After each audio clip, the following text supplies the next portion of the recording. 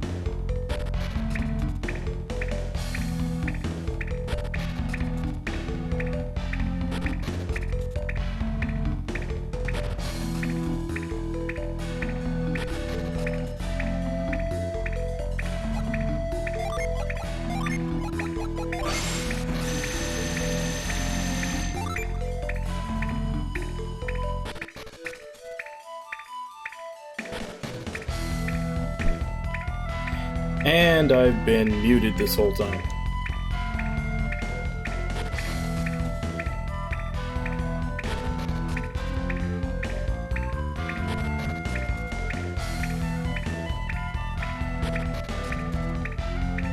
Yeah, I was just basically saying how surprised I was that all these stayed activated with the growth spell, that I wasn't gonna have to cast it like 20 times again to find the way through this maze. At last, the serpent has finally had its fill. This is the chance I'd hoped for. I will defeat you before the next full moon and rescue Kushinada myself. Alright, you so-called guardian, let's see what you've got.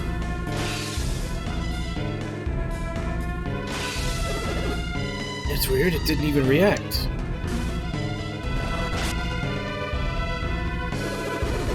Defeating the serpent dragon's mane isn't weakening it enough for me to beat it.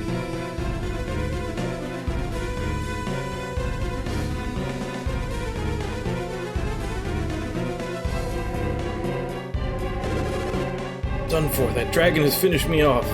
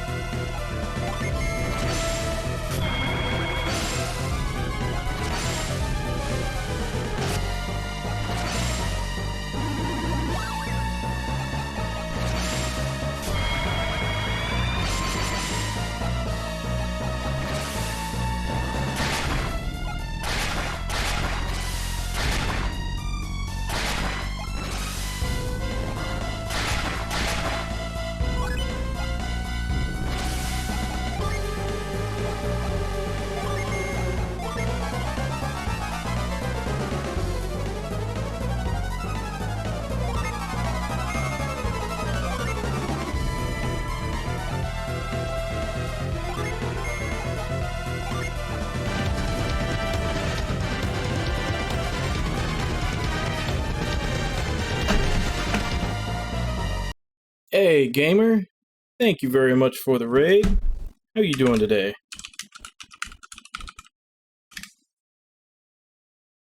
Playing Fortnite. How you doing? Did you get any top threes, any places, or is your wife carrying you still? Remember before she said she was way better at it than you? Or did you bridge the gap?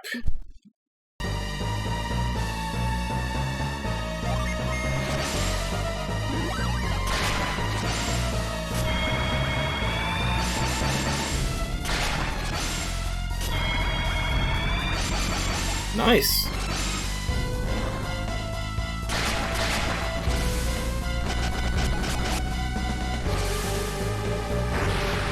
Oh, PUBG, that's right.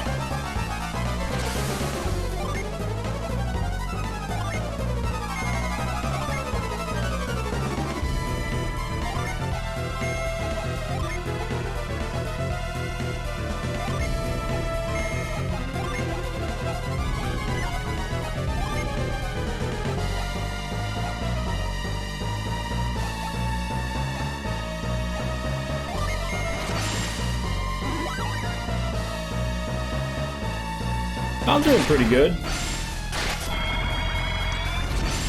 You know, just making my way through all these games as usual.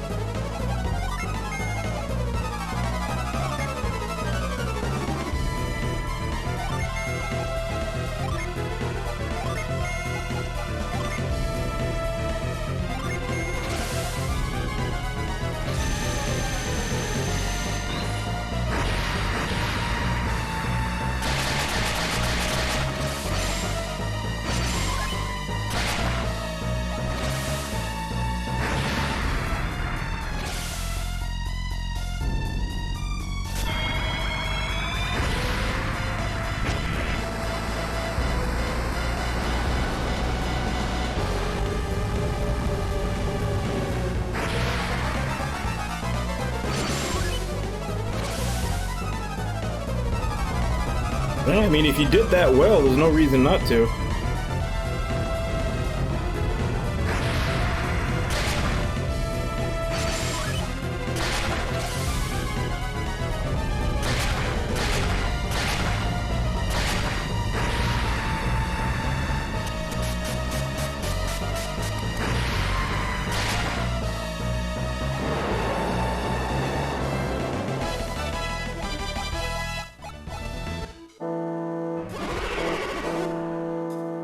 Looks like the dragon is in bad shape, but it doesn't seem like it's close to dying.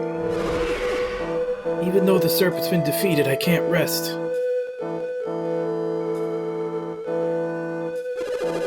Be still, serpent, and I will grant you peace. With this, Kushinada's life has been spared. You have my sincerest thanks. Where are you going? To Kushinada, of course.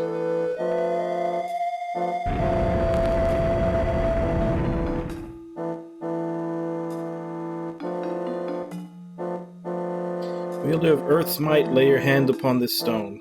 Shall grant thee the power to melt into the earth, the power of sand.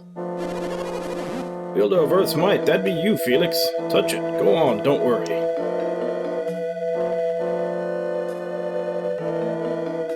So now we get to go all Sandman.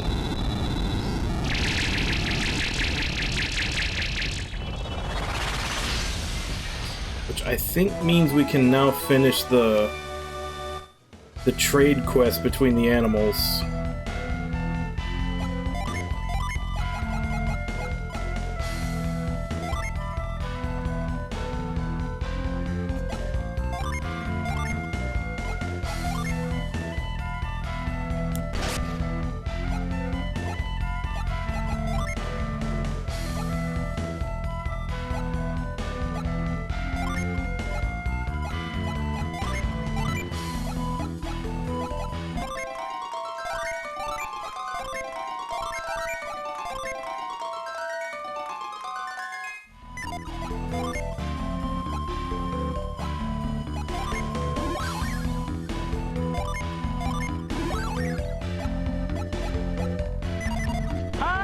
everybody! Hey, Ragnar, how you doing?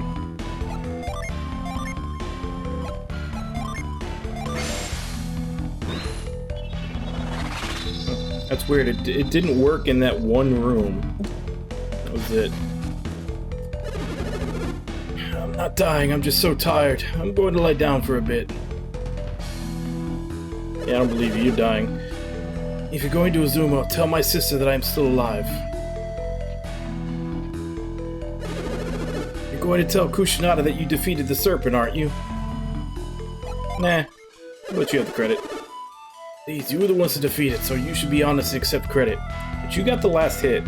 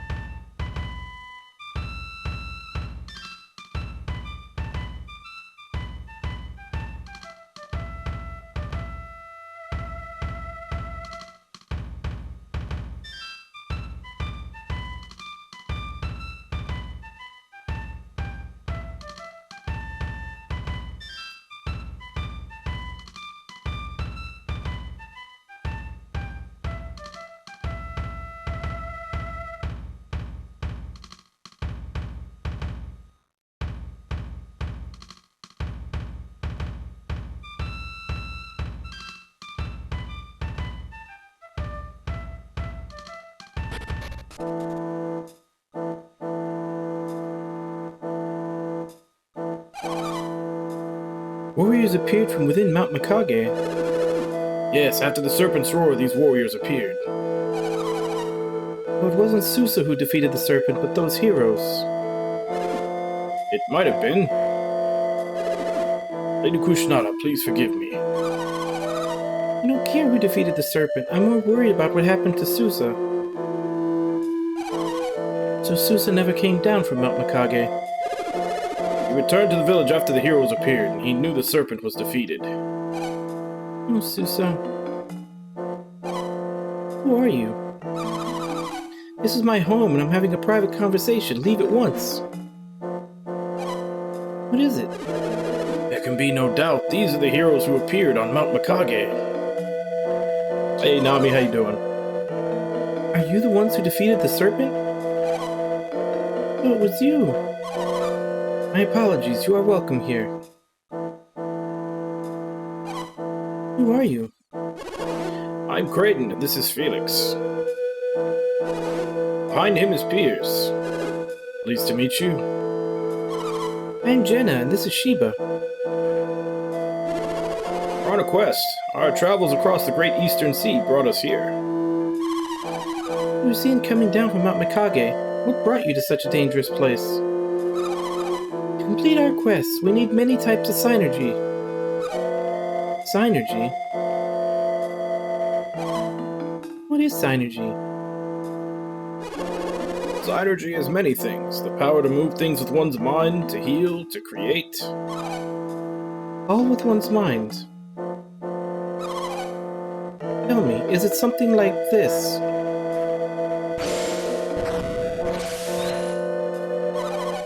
Is that the power you're talking about? That power, Lady Uzume.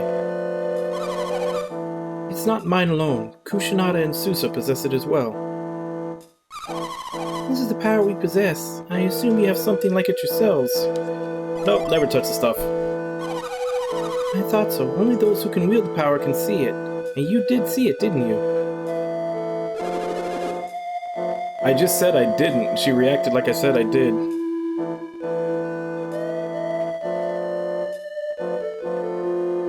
Alright. Felix, there's no need to hide our abilities from them, is there? So you call what we do synergy, and you can do it too. If you already have synergy, why do you need more of this power? Your powers are different from our own. There seem to be many forms of synergy. Susa!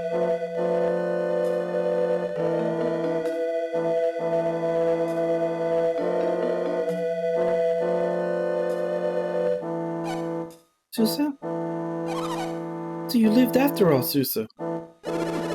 Yes, I've survived and I've made it home to you both.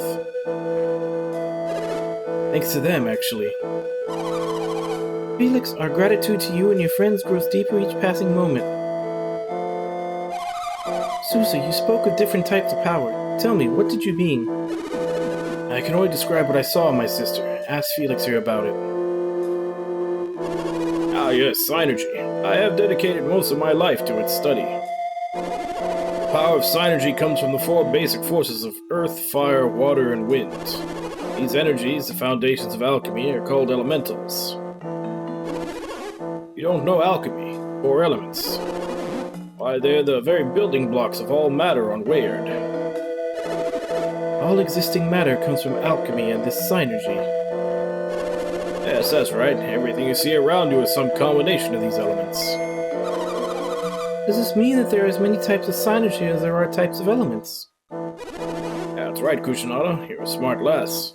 Mount Makage was a place of great earth powers. I'd imagine your powers are earth-based. That's right, but how did you know this? Great. Mount Makage is Gaia Rock, isn't it? Gaia Rock? Mount Makage is a sacred mount of our people. Yes, but there are many mountains like yours, Mount Makage, all across the Eastern Sea. Mount Makage is a source of earth power, and therefore it must be Gaia Rock. You have seen other mountains like our Mount Makage. Yes, in fact, it seems that each of these rocks contains a different elemental power. Next, we've done Wind, Aqua, and Gaia. The only one we haven't found is a flame, like a volcano rock or a fire rock or whatever it would probably be. And now you're questing to gather the power of these elements, yes? And you only defeated the Great Serpent of Makage to accomplish this goal. Regardless of your motives, you've saved us all. You're not implying that we defeated the serpent, are you? It's true that we did fight the creature. But without Susa's power, the battle might not have ended so happily. What are you? Susa had given the beast a lot of Dragon's Bane in order to weaken it. We could never have beaten the beast if it had not been a weakened state. We were victorious only because Susa risked everything to weaken the dragon. Susa, perhaps after all you are... No, I didn't. Don't forget, Susa dealt the finishing blow, didn't he? Yep. Finishing blow? All I did was stab it with the Cloud Brand. I disagree. You weakened the serpent. You dealt the final blow. I'd say you were essential. But Lady Uzume, wouldn't you say that Susa deserves the reward for this feat? Even Felix agrees, don't you, Felix? Yeah, sure. Let's be his wingman. I do too. We weren't fighting in hopes of getting a reward, were we? I won't be satisfied just learning our Synergy. As you can see. Now, it's about time for us to leave Izumo Village. Yes, indeed, we're on our way to Lemuria. You're leaving so soon. We are in a great hurry. And you must return to Izumo someday. I'm sure you'll be back once our mission is completed. Excellent. I shall accept that as your oath. Oath? Oh, by promising to return, we'll be ensuring that our quest will end successfully. I understand. We must vow to return, everyone. We'll be waiting.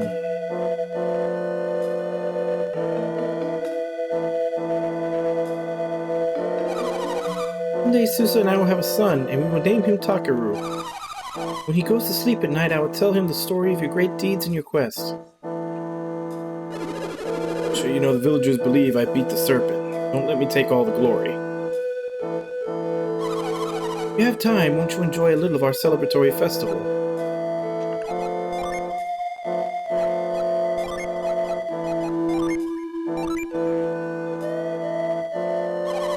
Could it be? Is this the dancing doll of Mount Makage?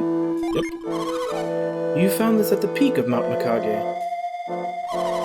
Again, you have done more for me than I can properly reward you for doing. I think think I may have something that might please you.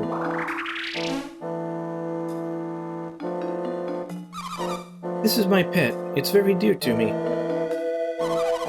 I'm unsure how it works, but this fellow seems to magnify our power. Though it saddens me to part with it, I would have you take him, as he might help you.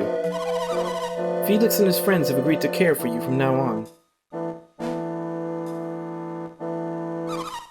Please, accept this gift.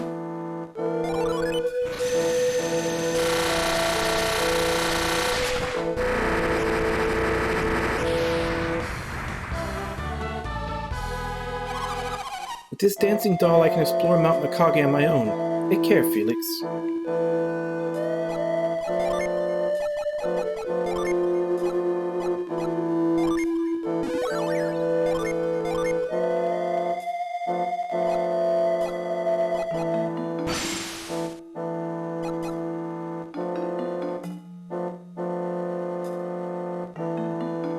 Okay, so it looks like right now I'm six gin to go.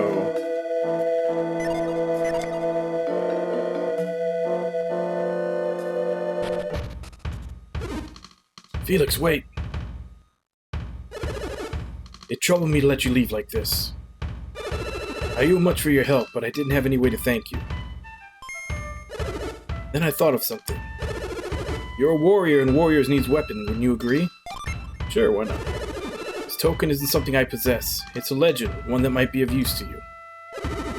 Long ago, the great serpent of Makage would sleep with its body crossing the river. Where its tail fell, the cloud brand lay hidden. That's a legend, anyway. The serpent was once the sword's protector, but it lost the sword many ages past. Anyway, maybe you want to go check out the dragon again. I left something there for you, just as a way of saying thank you. I've said what I came to say. I'm going back to Kushinada. I hope you're successful in your quest. I think I already had a Cloud brand sword, though. It's weaker than what I have now.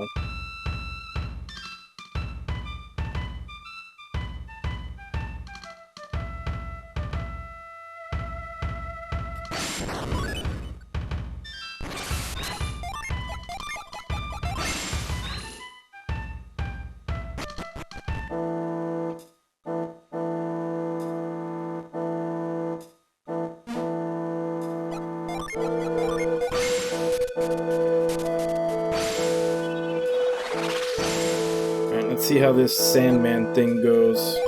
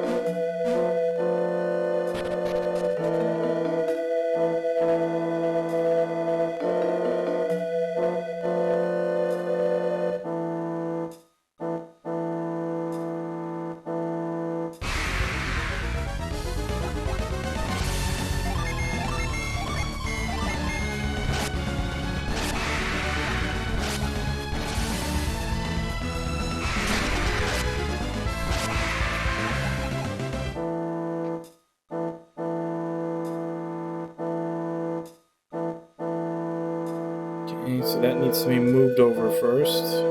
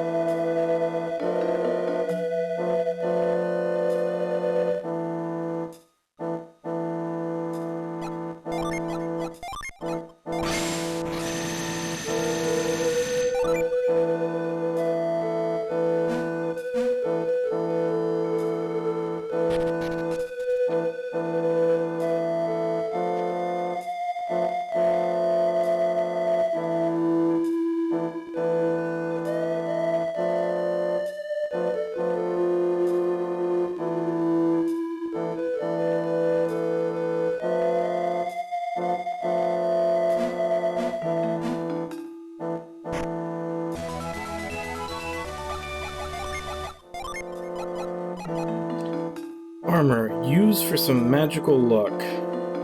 Oh, that's kind of cryptic. Okay, so it's a 10 difference either way. But his defense is lower.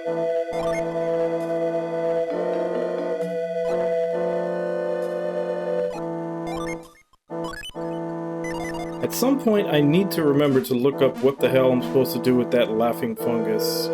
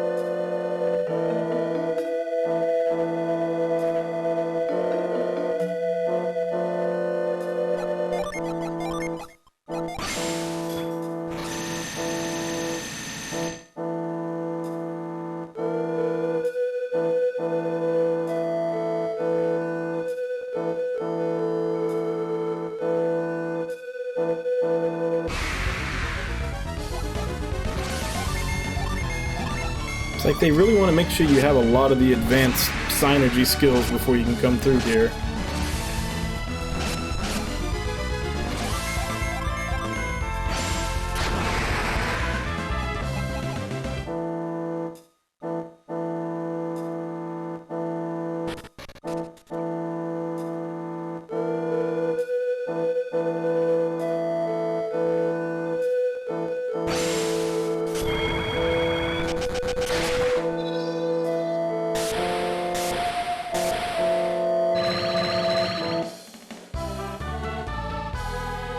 Two Mercury and two Mars.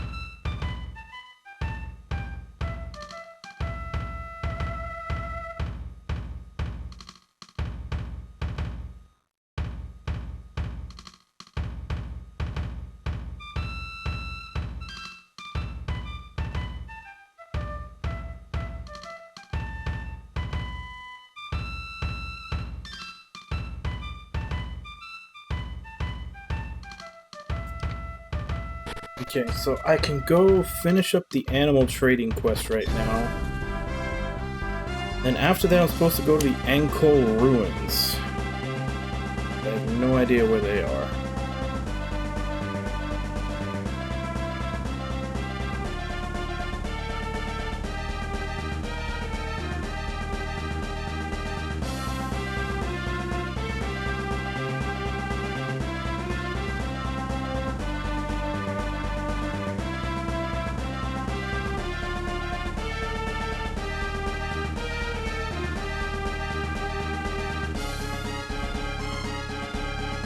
This is where we go next.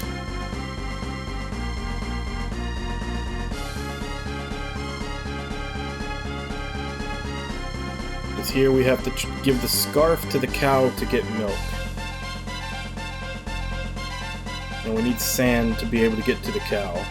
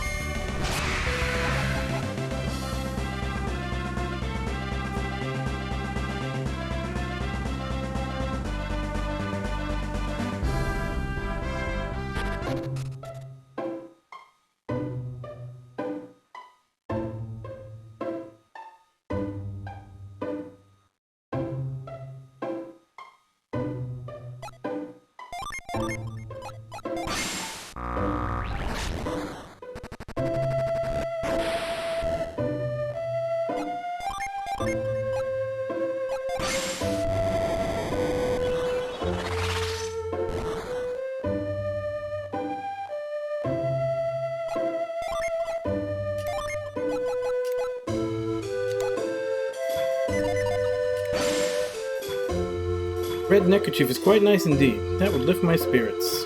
This really brightens my mood. Let's tie the neckerchief on the tree. Are you giving me that lovely thing to moi? Yes. It's so kind of you. I should repay you. Have some milk.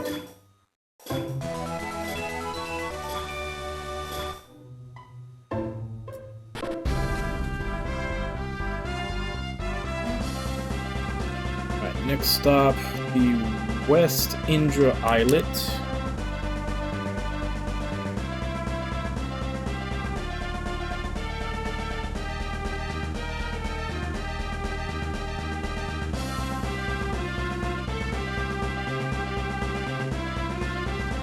Which one is the West Indra Islet?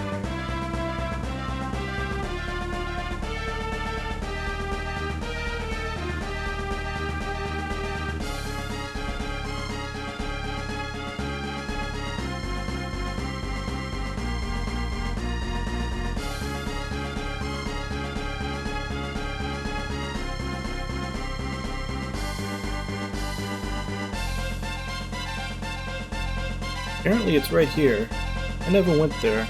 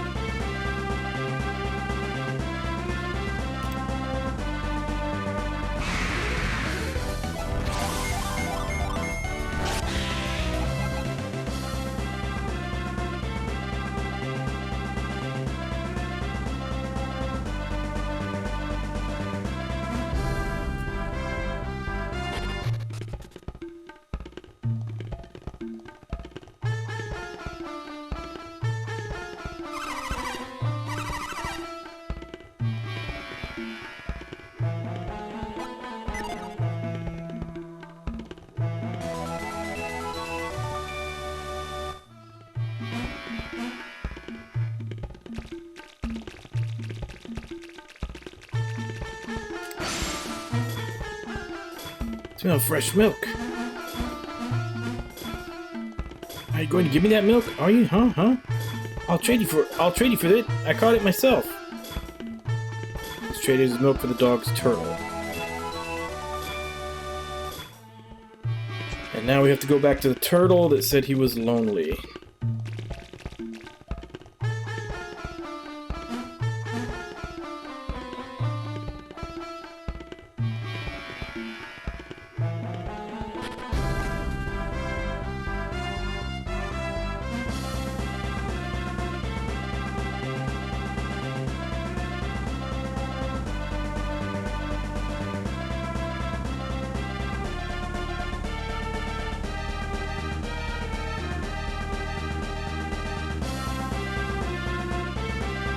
That was at the Sea of Time Islet. It's here.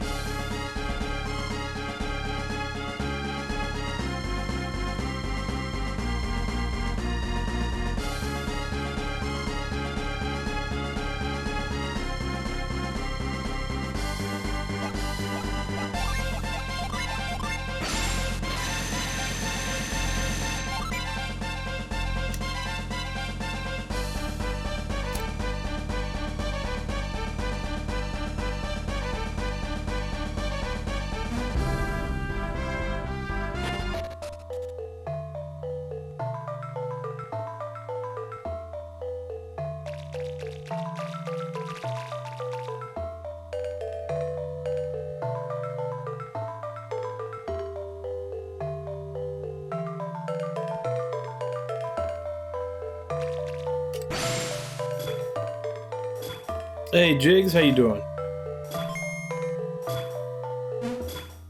Hey, you've got an itty-bitty turtle tot, don't you? Why don't you set that little guy free with me? At long last I have a friend. Lonesome George, I am no more. I'm so happy. I don't have much to offer in return, but I can show you my secret spot. Hop on my back. And we're off.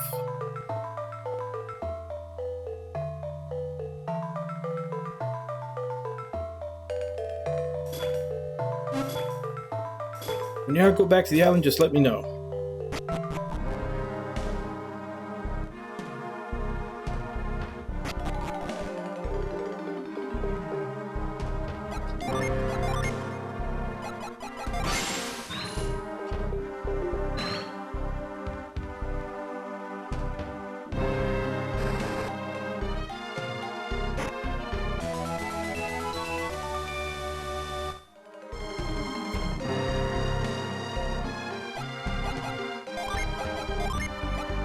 Yeah, insomnia seems to be going around lately.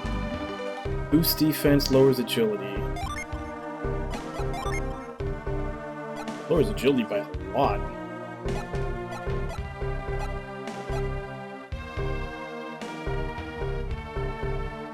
I don't know that that much agility loss is worth 4 points of defense. And hey, Renji, how you doing?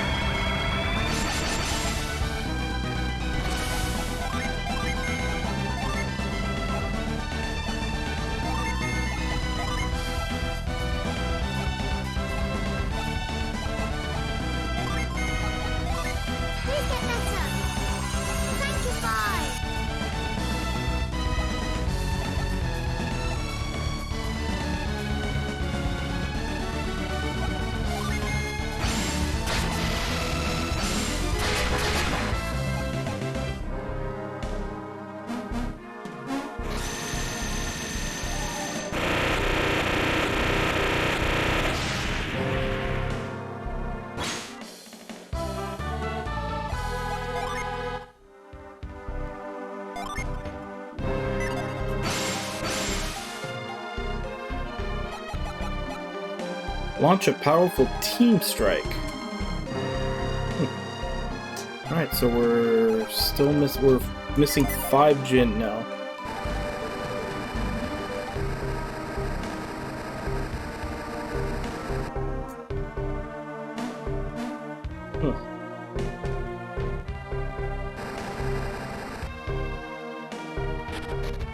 Well, I know whenever I get that, it's usually one of two things. It's either allergies make me have to drink that water, or like when my blood sugar is high.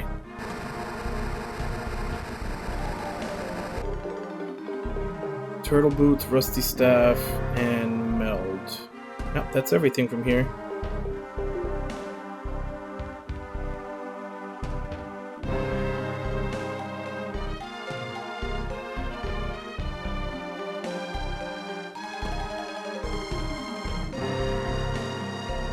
So now I'm supposed to go to the Angkor ruins, but I don't know where the hell they are. 15 on the ASCII map.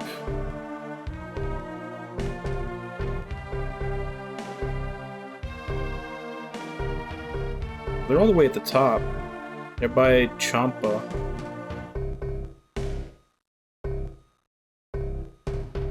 Okay.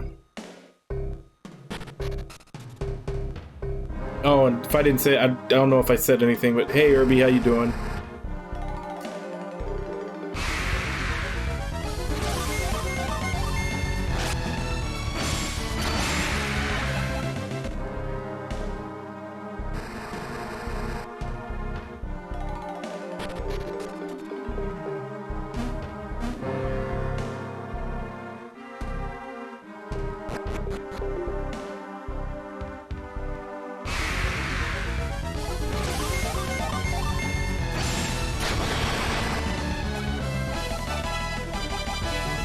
Oh yeah, just going mostly to bills, or do you have plans for it?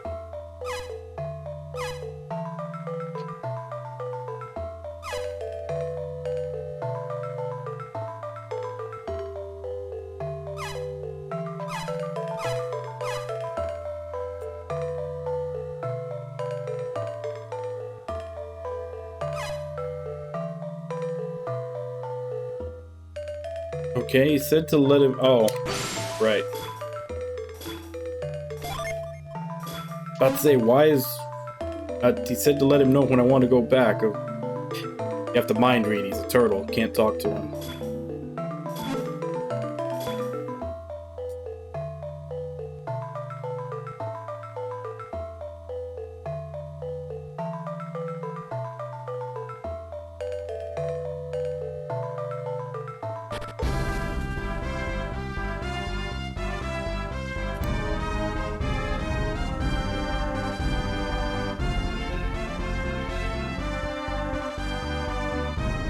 So the ruins and Champa are both around here.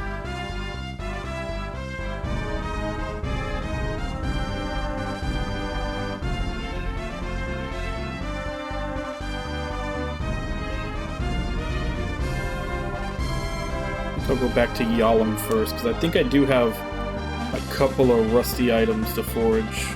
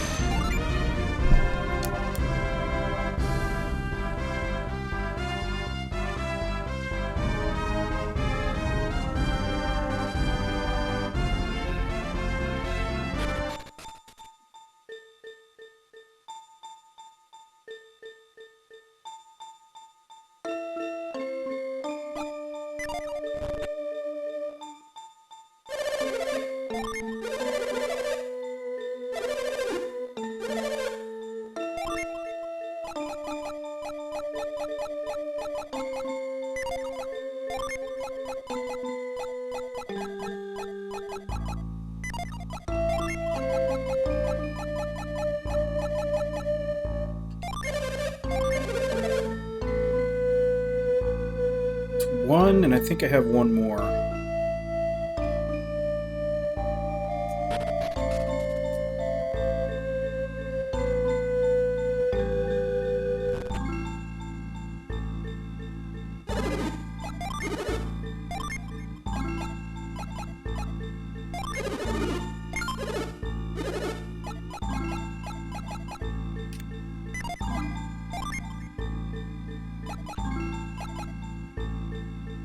Yeah, she has a rusty mace.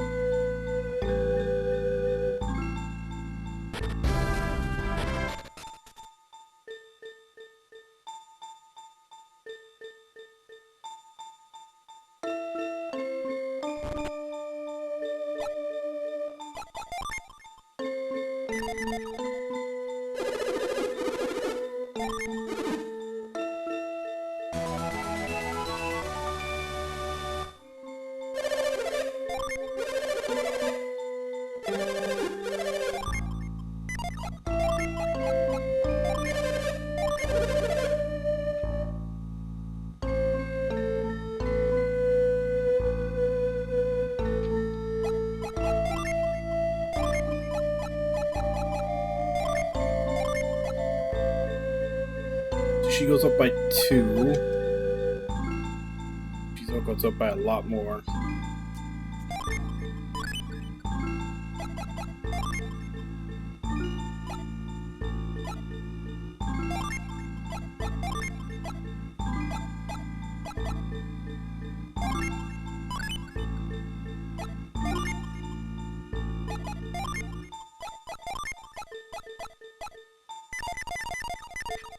So now we sell the Hagbane mace.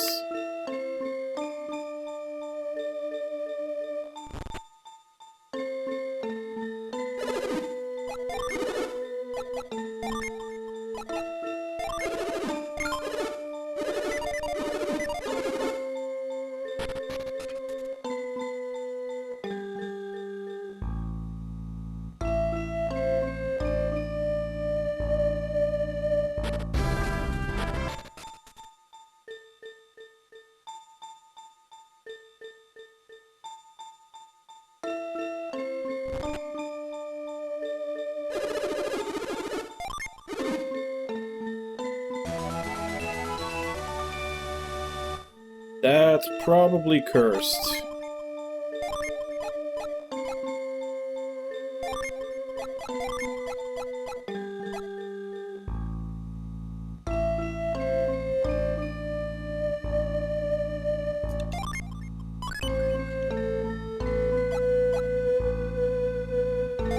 Or not?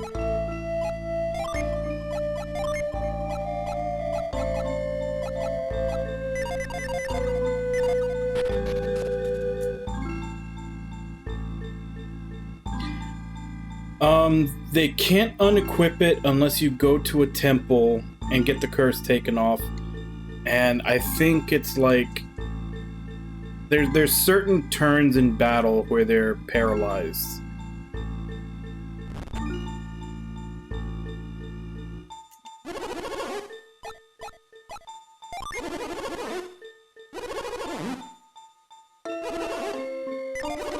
The demon mace isn't cursed. Yeah, because usually whenever something is like dark or demon or evil, it's cursed. That's been a thing ever since the Shining games. And each game and series has had different effects, but apparently in Golden Sun, when you're cursed, It's certain turns. I forget what they are. I think it's like the second turn and the fifth turn and the seventh turn or something like that. It's very specific turns. Your character's paralyzed, but there's a ring you can put on to counteract that. But I don't have that ring yet.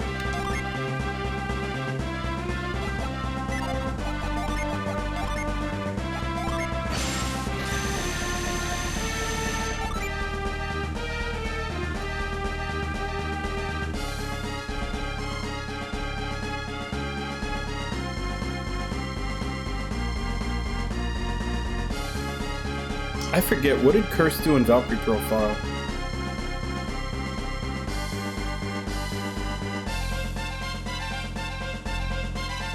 Like, I can't remember which game it is. I think it might have been Ark the Lad or something, where when you're cursed, you take whatever damage you do.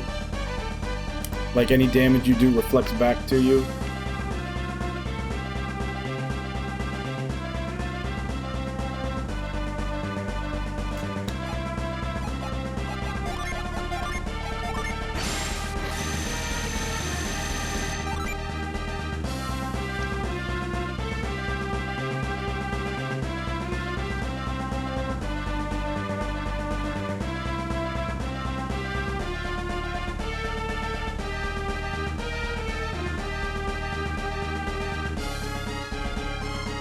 Yeah, same here.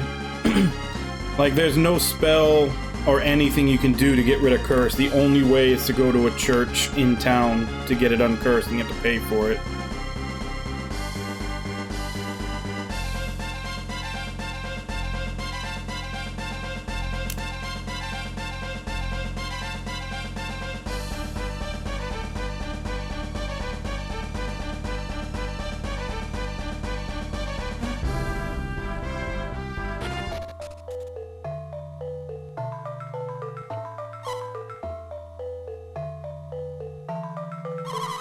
Isaac, is it you? Do my eyes deceive me? Yeah, they do. Oh, I must have been mistaken. Young lady, are you looking for someone by the name of Isaac? Yes, old man, I'm looking for one called Isaac. Where is Isaac? Sorry, Isaac isn't with us. Well then, where can I find Isaac? Why do you want to find him so badly? Me, I'm Feiji. Isaac helped me once. He helped Ulmuk. Ulmuk is trapped, but Isaac saved him. He's a brave man, isn't he? I suppose, but why are you looking for him? You like him, is that it? You're a mean old man. It's not polite to tease me. That's what it is. You like Isaac. No, I'm so embarrassed. Don't worry, Feiji. We'll tell Isaac how you feel. Really? Will you give him this when you tell him? What is it? Isaac is on a dangerous journey. I'm worried about him, so I made him a good luck charm. Oh, good luck charm, I see. I'm going home now, old man. Thank you for doing this favor for me.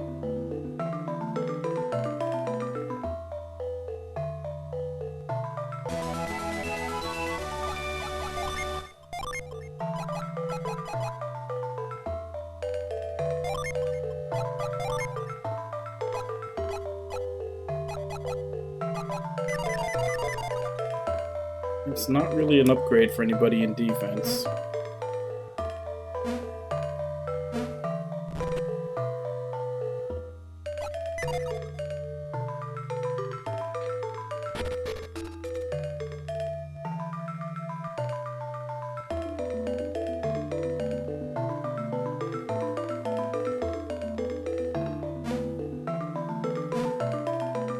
The last time I played it was when it got re-released on the PSP.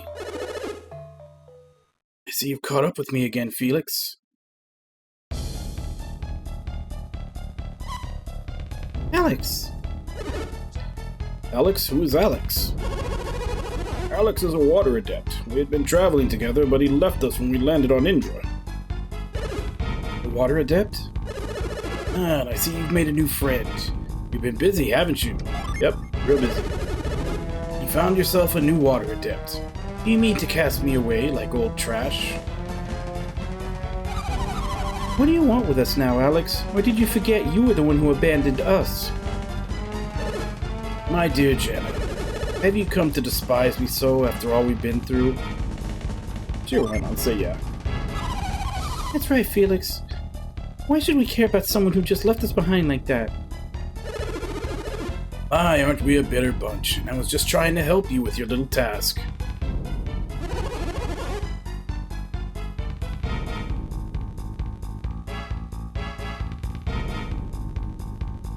That, and I really like the way that they, like, it's one of the few JRPGs that handles the difficulty levels well.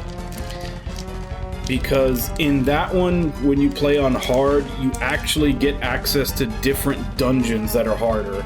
It's not just, you know, we're gonna multiply the HP and the damage of everything, and that's hard mode. Like, there's actual different specific dungeons when you're playing on hard mode that you can go into.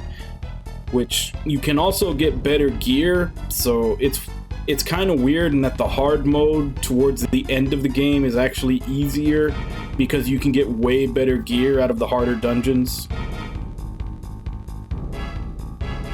We have no need of your help. We can light the lighthouses without you.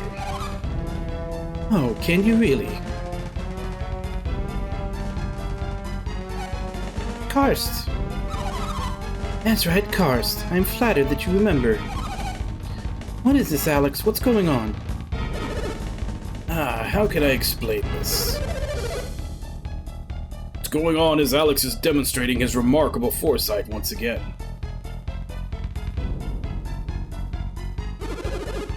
Oh, you have not had the pleasure of an introduction. He stayed back at the ship when I saw them in Madra. I am Agatio. Let's see. That guy's Felix, and the girls are Jenna and Shiva, which makes him Creighton. They look like an unreliable bunch of ragamuffins. Yes, they are rather useless, aren't they? That's why I finally had to abandon them, of course. Now I believe I may have been hasty in my judgment. You are peers? How do you know my name? How soon they forget. We met you before when you were being detained. Who could forget the amateur adept changing water into ice in that strange little town? Ah, you saw that. That must be how you knew Pierce was a water adept. In fact, I was even thinking of borrowing his ship at one point. You would steal someone's boat? That's so typical, Alex. You wound me, Jenna. I only meant to borrow it. Whatever you might have meant, that doesn't make it right. Just when I was about to seize the opportunity, you had to come back. You mean from Kibombo? I was mere moments too late. Isn't that a shame? Still, because of that, I did meet Karst and Agatio, so perhaps it was my fate. Can't you just stop talking around yourself for 1 second, Alex? Enough of your childish jibes. Alex, I want to know what makes these punks useful. Because they brought us the orb that Akafubu had taken.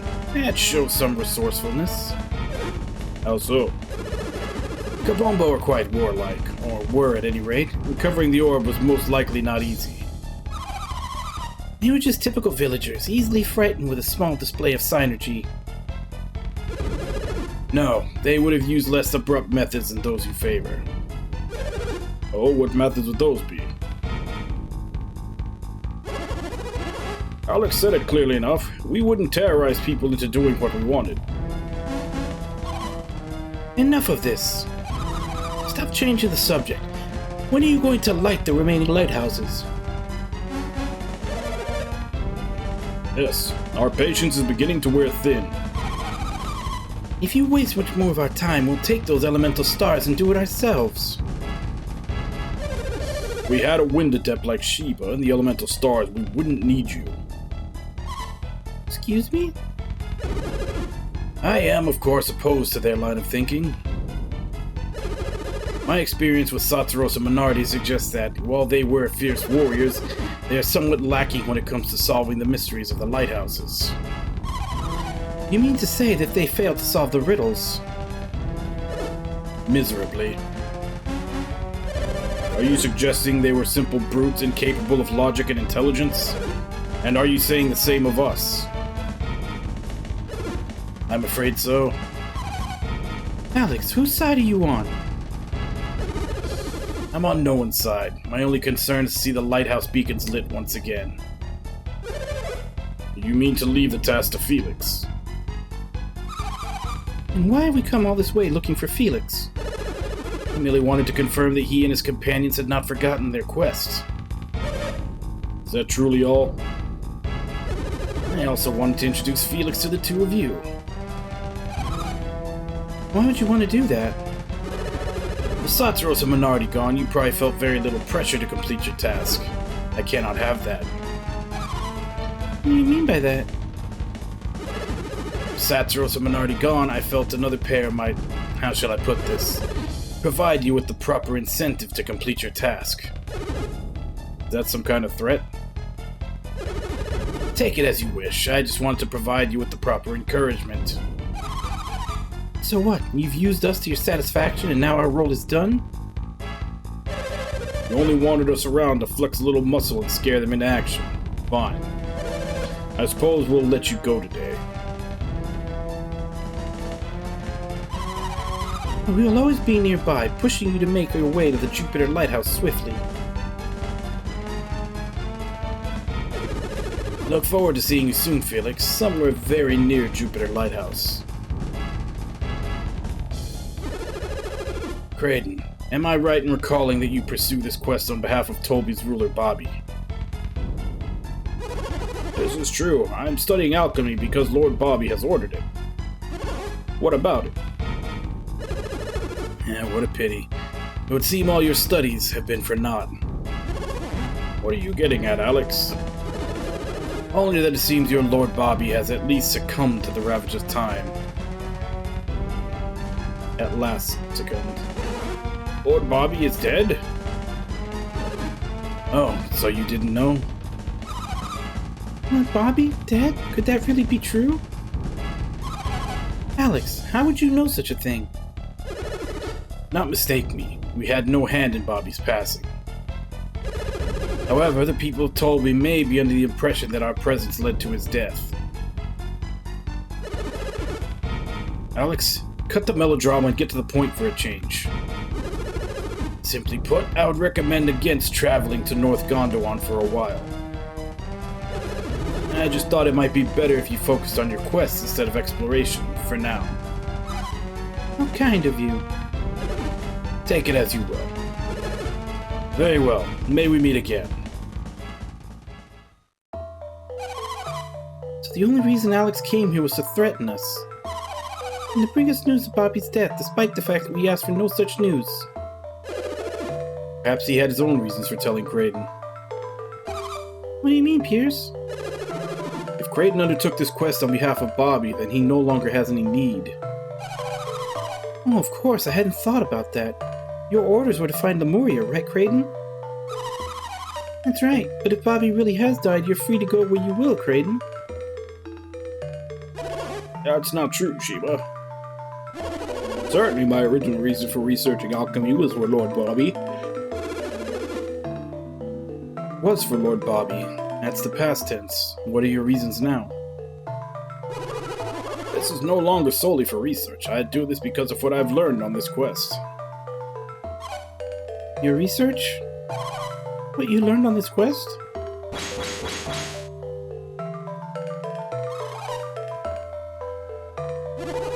Of course you don't. Felix is the only one I've spoken to about any of this.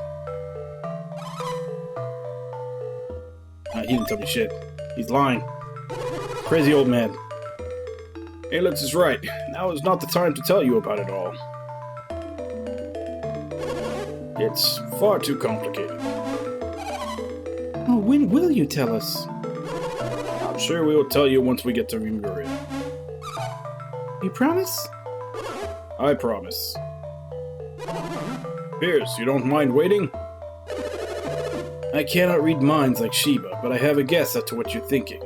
A guess? What do you mean? You're a great scholar, Creighton, are you not? I believe your theory is correct, and to prove it, I want to return to Lemuria as soon as possible.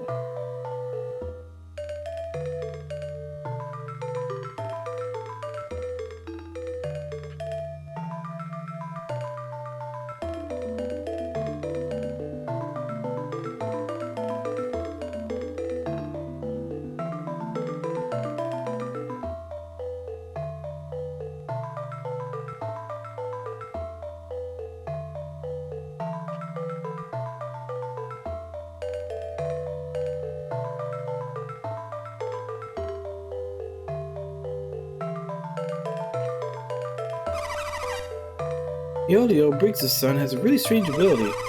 I bet if I keep practicing, I'll be able to do it too, so I'm giving it my all. No? Once Briggs comes back, I can play with Yolio again. Hope they come back soon.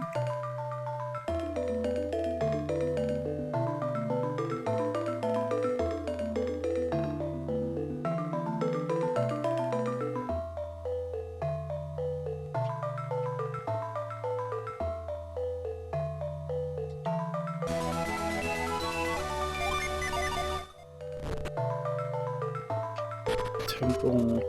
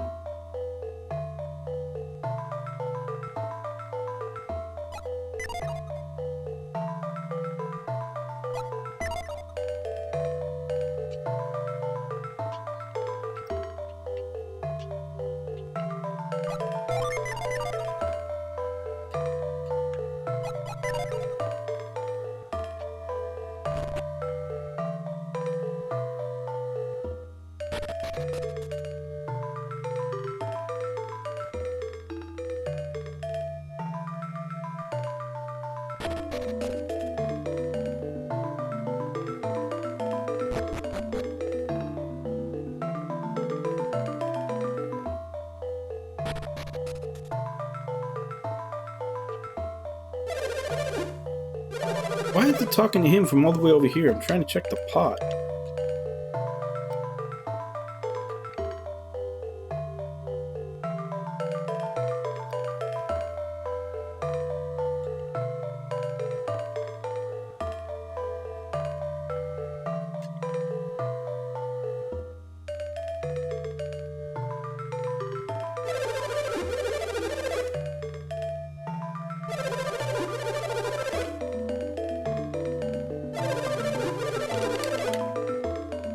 I guess I can't check this because that guy has a giant radius where he'll talk to you.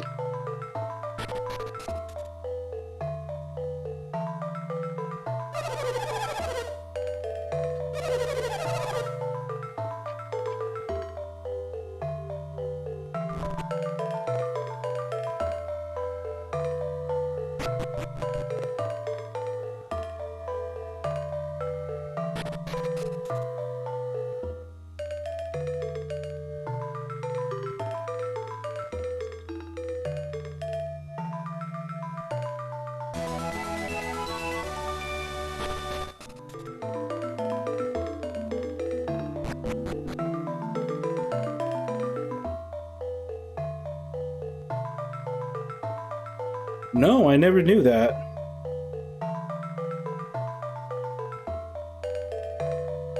I thought it was only for finding hidden paths.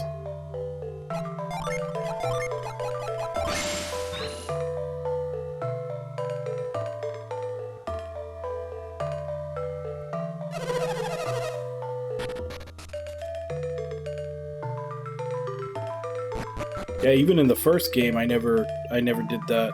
I didn't know about it.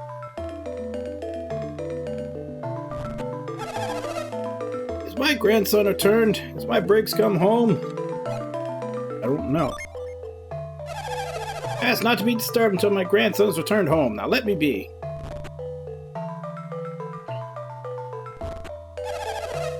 Sure, yeah, he has. You lie. If Briggs truly returned, he would have come to see me first.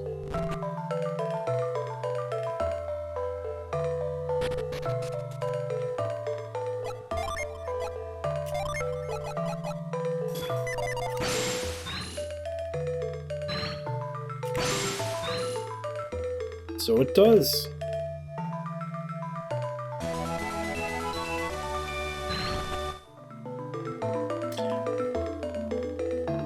Kinda wish I'd known that like a game and a half ago.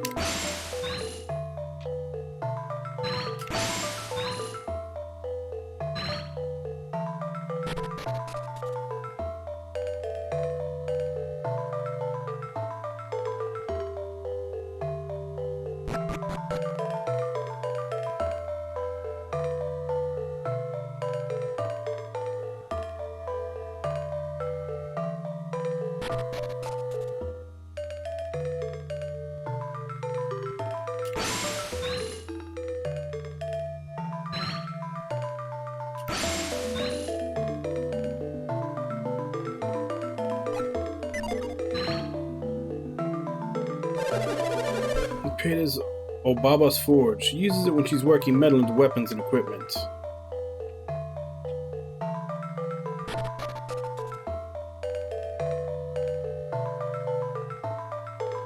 It was like 3 or 4 months ago. I actually thought I had played it about 6 months ago, but I looked back for the VODs and it was actually only like 3.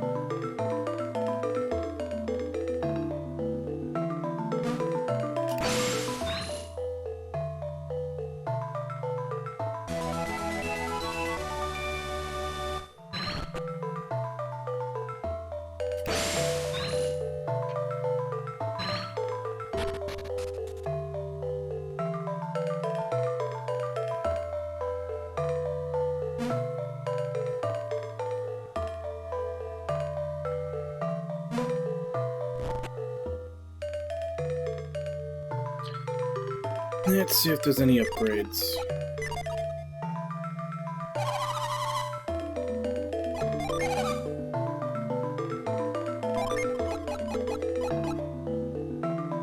Don't need that.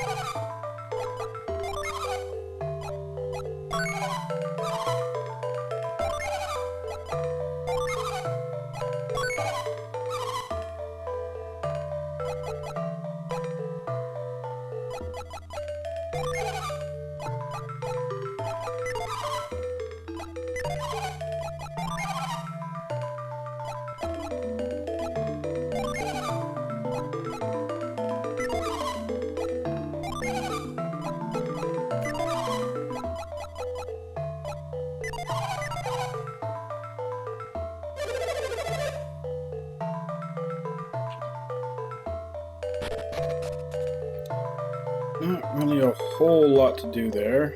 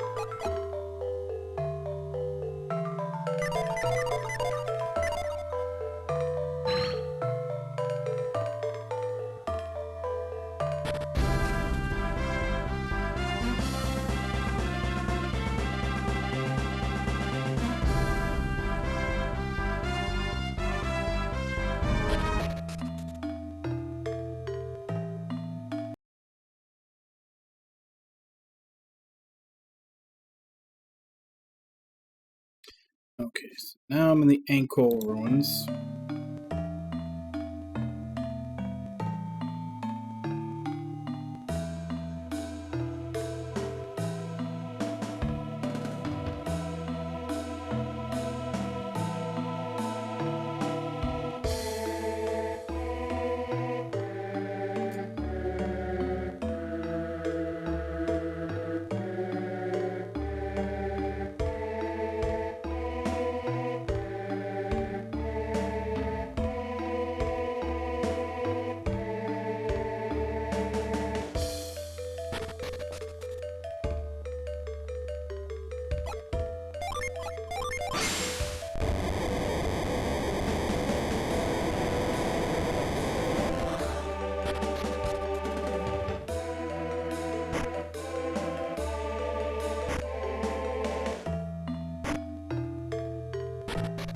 Oh, that's disappointing.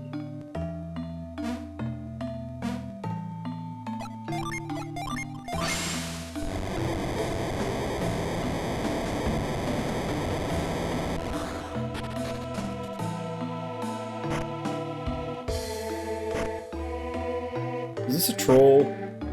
Is this dungeon trolling me?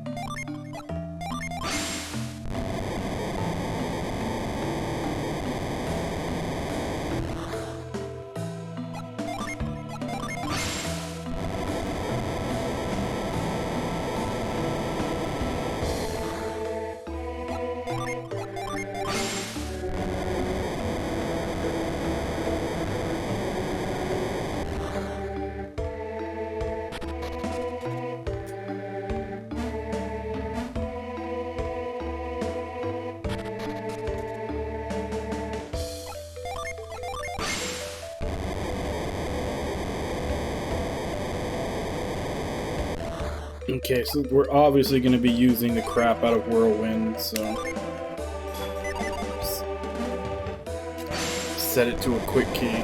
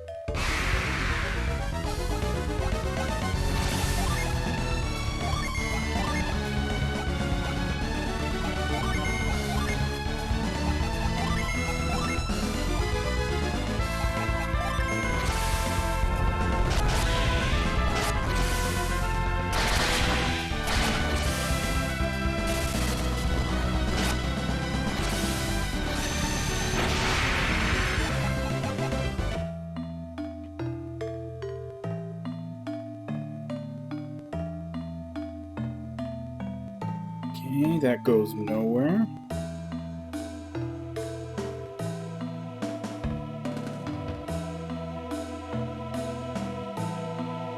Honestly, so does this.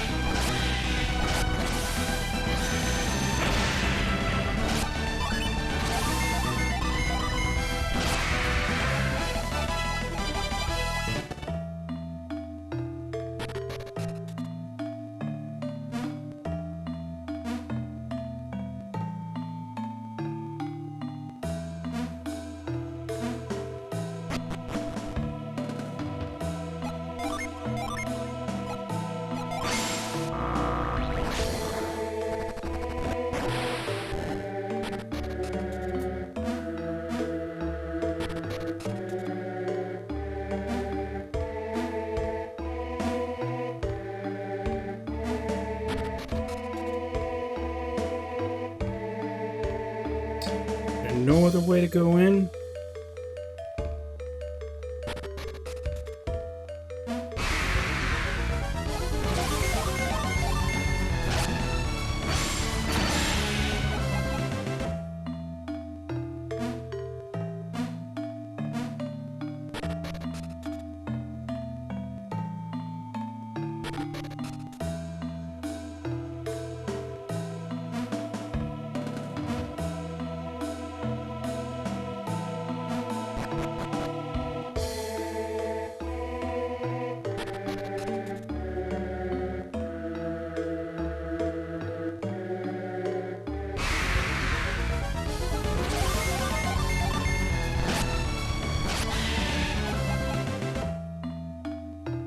Okay, so this is the dead end for now.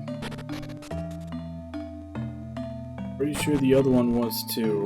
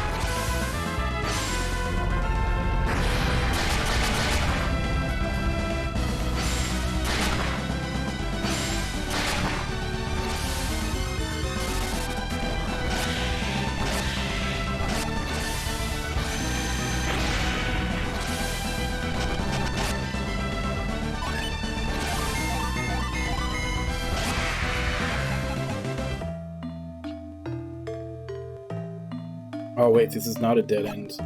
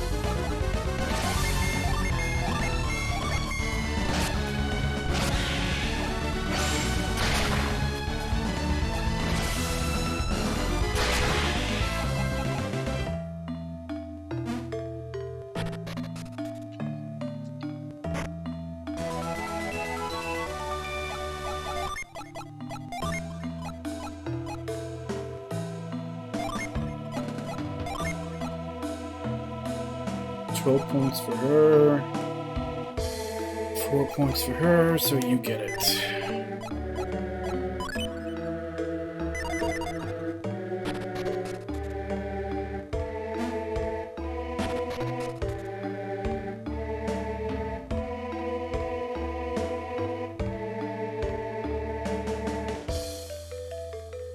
Why is this here?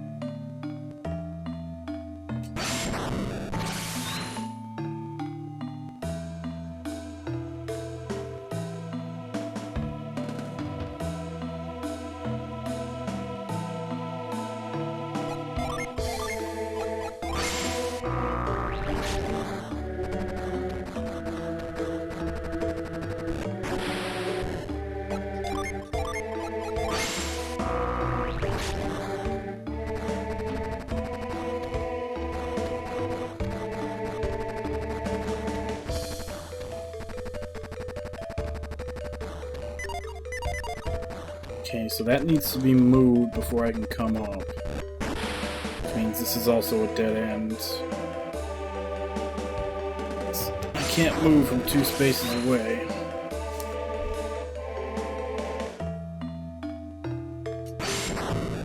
Same here.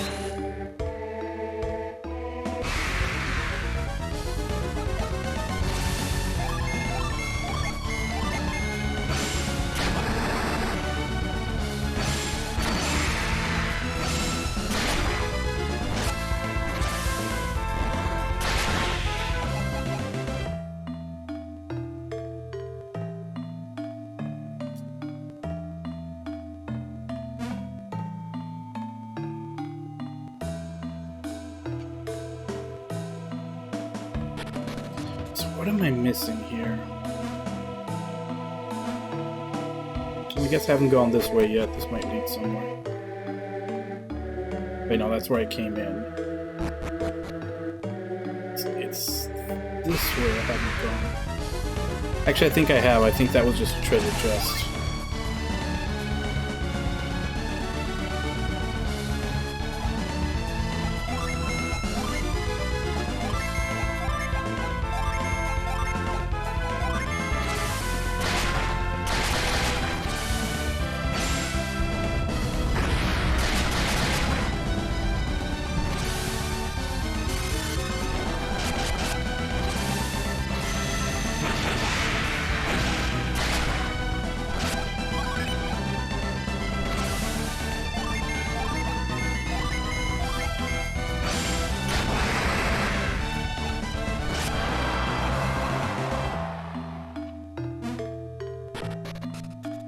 Yeah, this was just a treasure chest.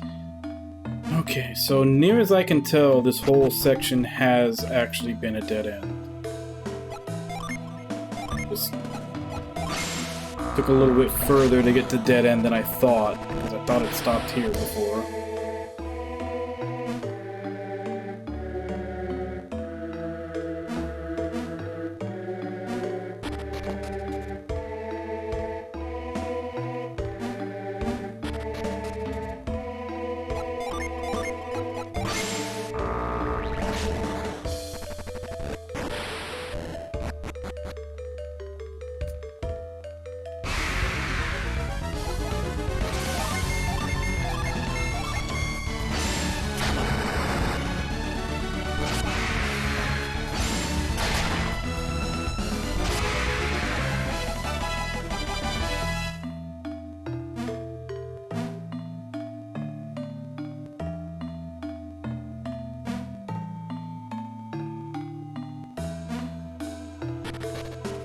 Yeah, I really enjoyed both of them too.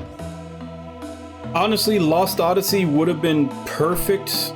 I would have said it was a perfect game, except the ending kind of let me down a little bit. And Virgo versus the Zodiac, I think I got one of the shittier endings, so at some point I need to go back and replay that and try to get a better one.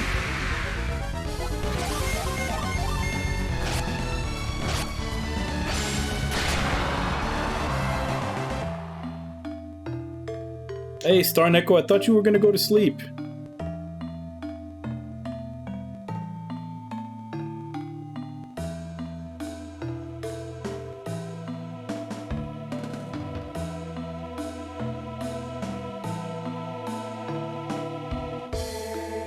Yeah, I don't see anything I can do here either.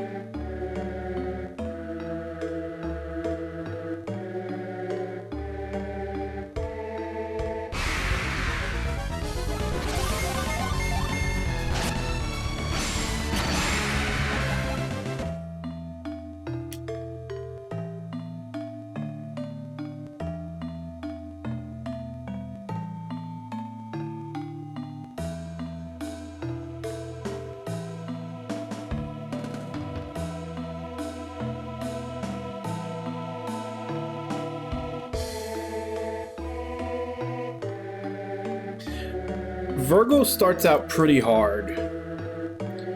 Like, especially the first boss was really hard, mostly because you have to really plan around the color system for that, like the rock, paper, scissors for the color system, and you don't have a lot of options for that first boss.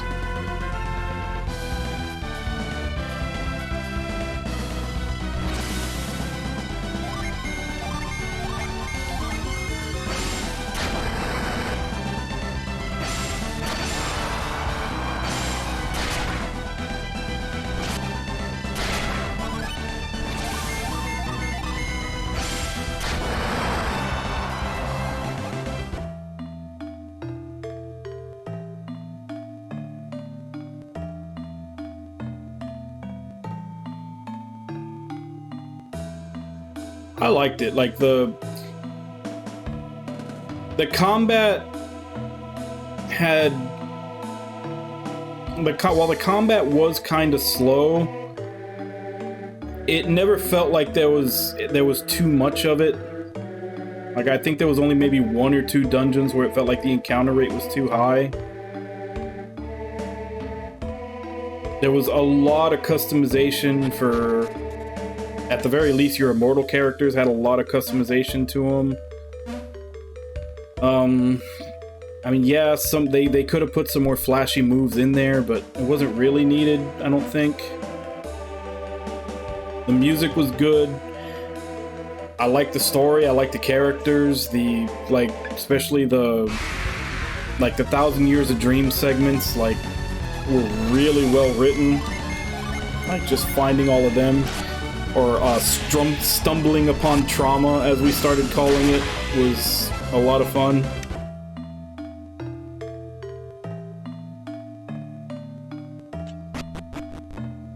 Alright, so I'm gonna have to look in. I'm stuck. Everything looks like a dead end to me, so I need to figure out what the hell I'm supposed to do here.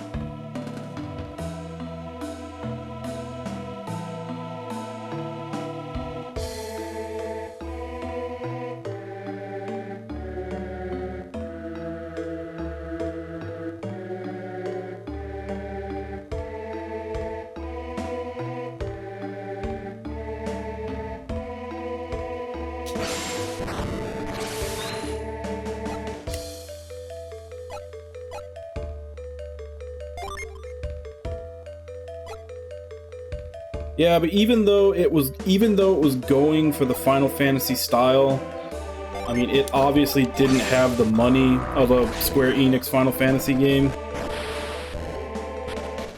So yeah, there were some corners cut here and there. Like I said, there could have been some much flashier attacks, but I didn't really see that as a minus. That's more like stuff like that is icing on top of a good game, which I felt this was already a good game.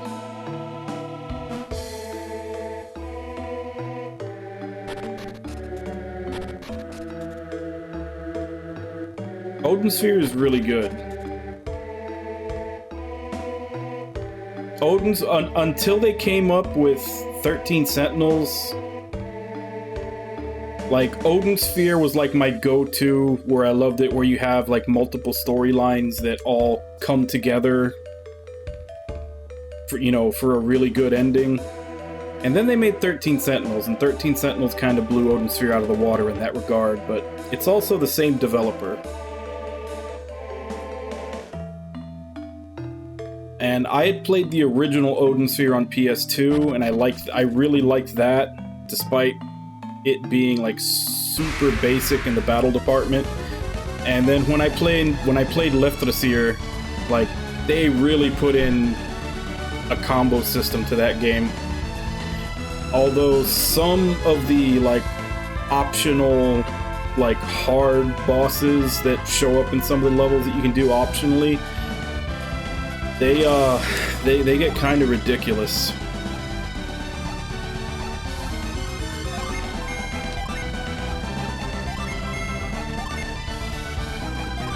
Like there were a lot of them where I beat them, but I was sitting there like, how the hell did I do that?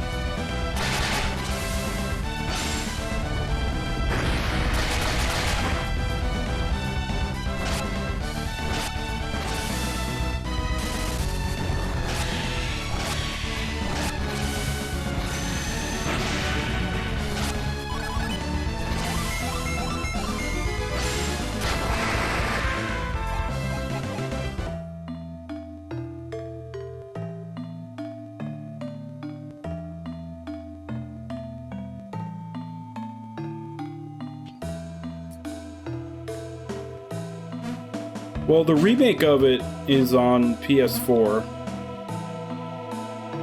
Oh, okay, so you only have PC and Switch. Yeah, that does limit. What am I doing? I'm supposed to be looking at the FAQ to figure out what I'm supposed to do.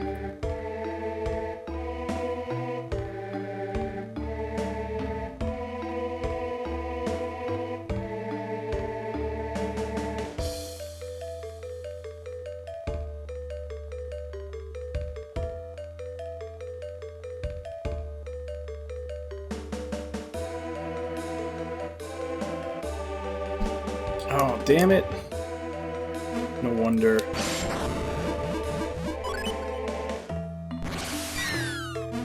That's what I was missing. I didn't know you could do that.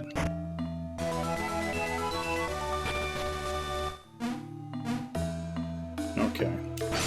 I think I can figure it out from here. That was a bit of information I was missing. I didn't know you could move those things.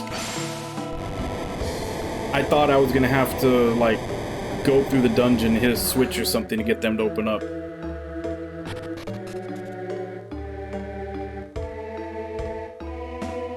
For a physical copy, yeah, I think digital goes on sale for pretty cheap.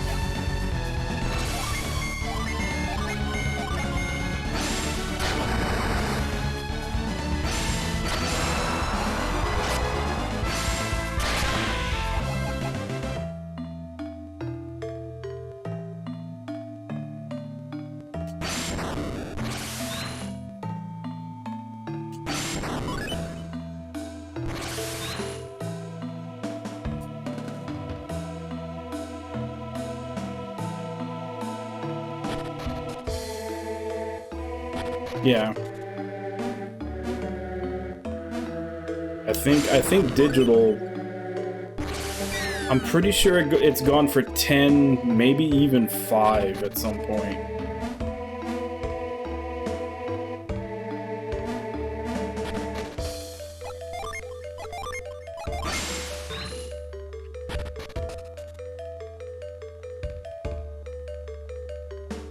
They're the same. They're both the same game. Just the PS4 one is a remake. They basically redid the battle system. Like the battle system has more depth to it. But it's the exact same story.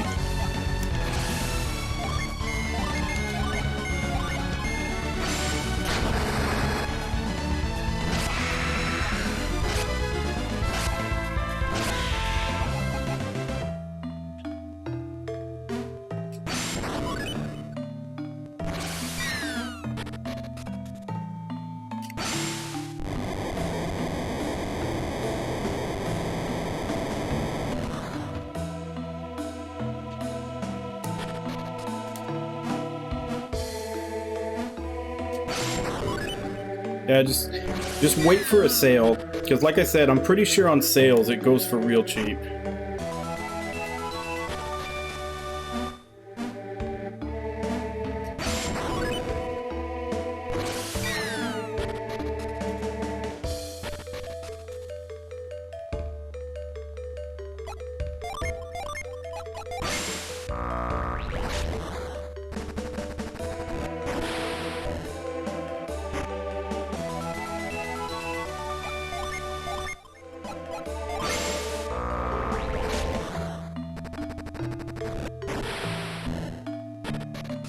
Okay. So after revealing all the faces, that doesn't seem to help in opening up any of the paths that were blocked before.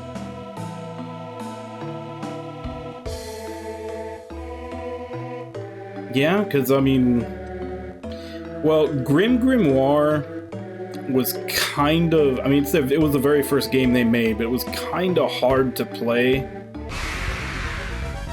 The story was good, and then it was like a, you know, a Harry Potter-ish type setting. But the actual game itself was kind of tough to get around. And then Odin Sphere, the original release was pretty basic, but the story was amazing. The re-release, like, ups the combat. The combat is fun as hell, and the story is amazing.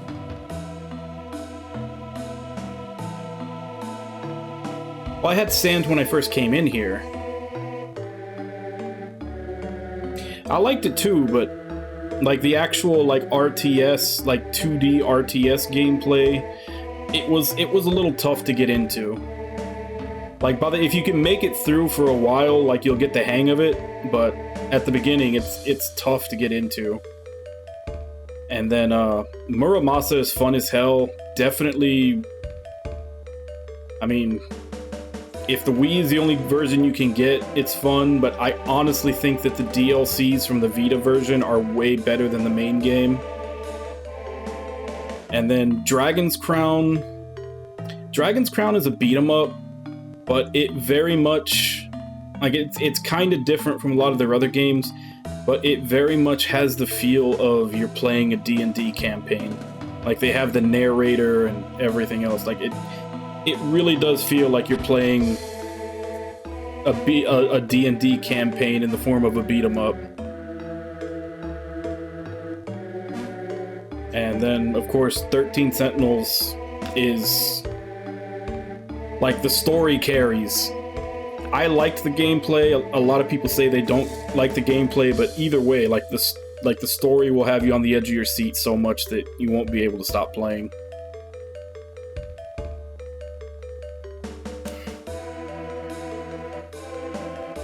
Like, I played that day one, and still to this day, usually if I see someone else streaming 13 Sentinels, I'll usually jump in just because I like seeing people's reactions to all the plot twists.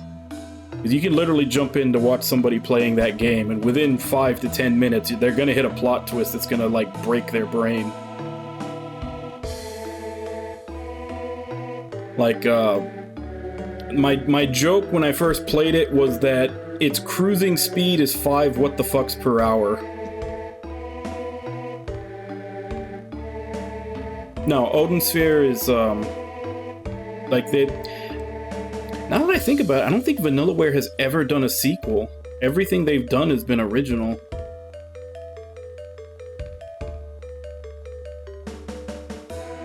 I need to look to see what I'm supposed to do here.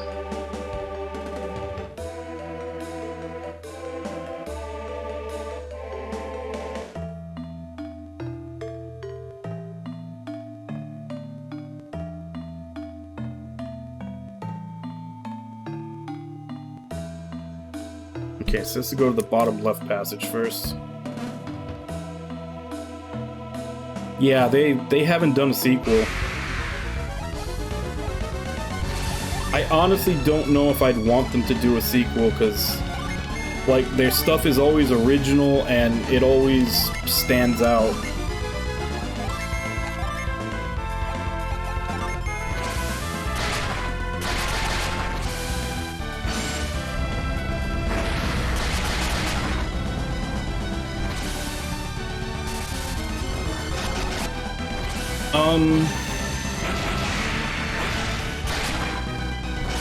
Damn, that's hard.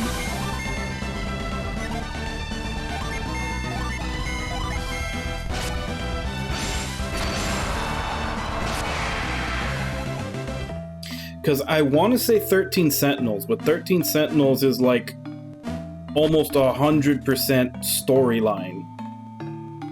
Like, I thought the gameplay was fun, but that, like, if you're picking up 13 Sentinels, you're playing a visual novel. But you're playing a visual novel that's going to keep your attention the entire time. For gameplay, though, I kind of want to say the Odin Sphere remake for gameplay.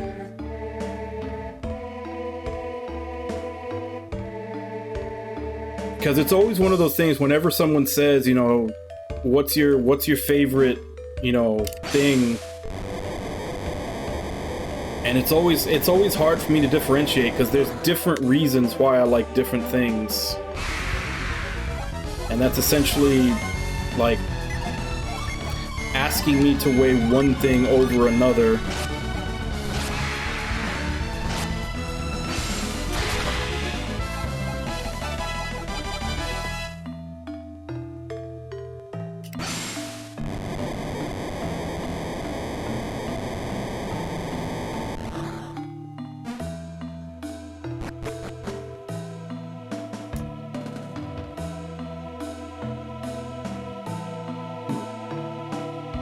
Did I just never go up those stairs?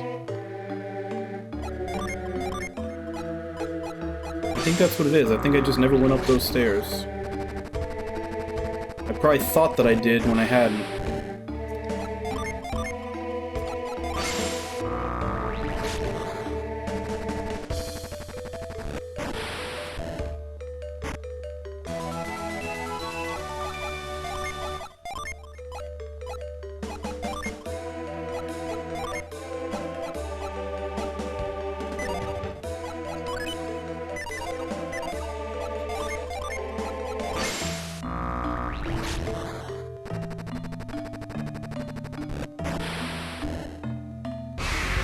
There's actually a meme about that. Let me see if I can find it real quick. Because there's a meme about that that's pretty funny.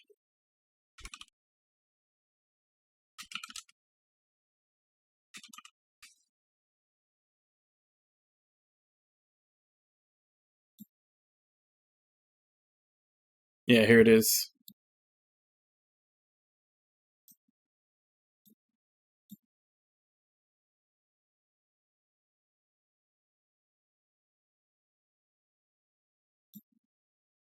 Yeah, Pokemon, like kitten, cat, tiger, Digimon, cat, bigger cat, tiger, mech, Puss in Boots, Black Panther.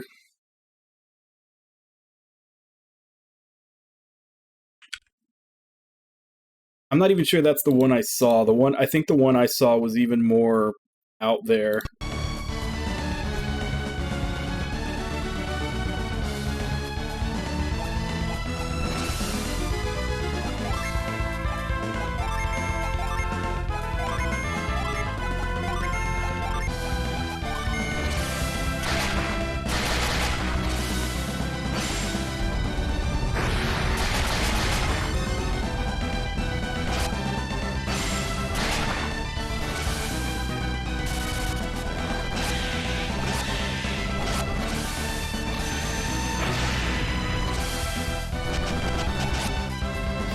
I'm trying to think if I've ever played and liked a monster collecting game besides SMT, but even then, SMT is more of a dungeon crawler first, I would say.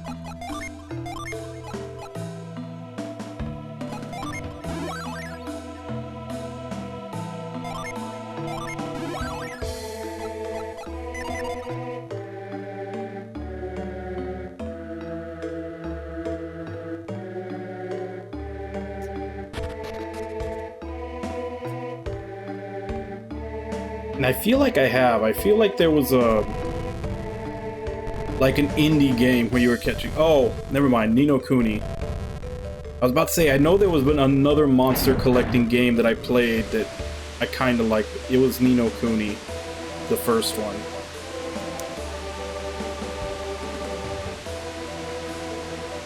But again, even then, the monster collecting... It wasn't the monster collecting that drew me to it. It was everything else, and I just kind of accepted the monster collecting along with it, which is the same way I view SMT. It's like the setting, the dungeon crawling, and the difficulty and all that, and, you know, collecting the monsters is like something that I'm okay with or I tolerate. Like something like Pokemon, where the entire focus of the game is collecting them and training them, that doesn't do it for me. I don't know how much Digimon strays from that, because I haven't paid too much attention to it, but if it's following the Pokemon model, where, like, you know, 70 to 80% of the game is just catch 'em all, then yeah, it's probably not going to be for me.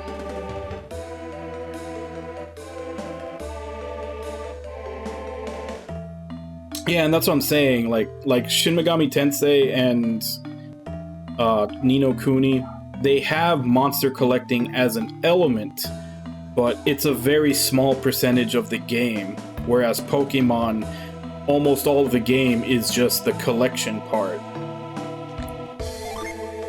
And that's the difference, is that it's kind of like... Also, the same reason why I don't really ever enjoy the Atelier games. I don't like crafting. I play a lot of games that have crafting in them, and I'll put up with it. If I can ignore it, I will. If I can't, I'll put up with it. But I'm definitely not gonna like a game like Atelier, where the entire game is centered around crafting.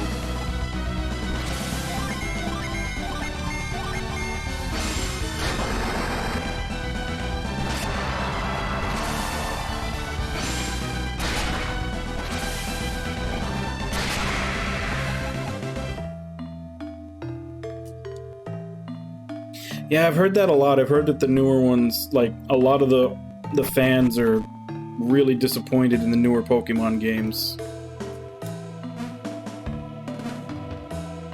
Like, I heard a lot of people were pissed about Sword and Shield because it was face roll easy.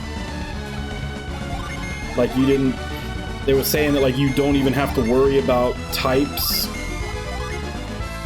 You just have to be stronger than the other one, and the type advantages don't even matter.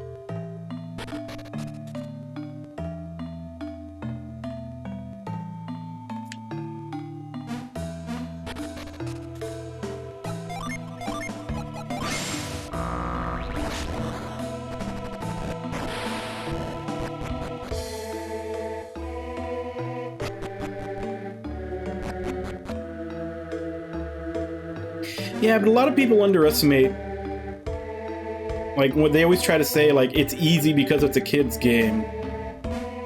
And I can guarantee you, like, the games that I was playing when I was a kid were not fucking easy. You know, because I was playing. I went from the Atari 2600 to the Genesis, and I played a lot of Nintendo stuff at friends' house. But I mean, none of those games were easy, and it's not like we got discouraged and stopped playing. The difficulty just made us try even more.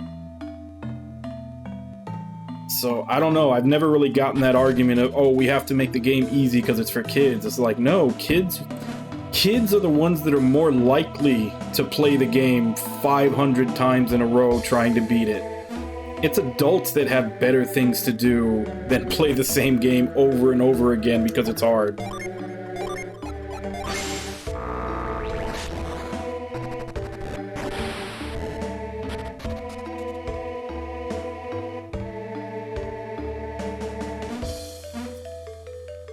And the sad thing is that that's the way companies think. They think that because it's for kids, it needs to be easy. And it's like, no, kids will play a hard game.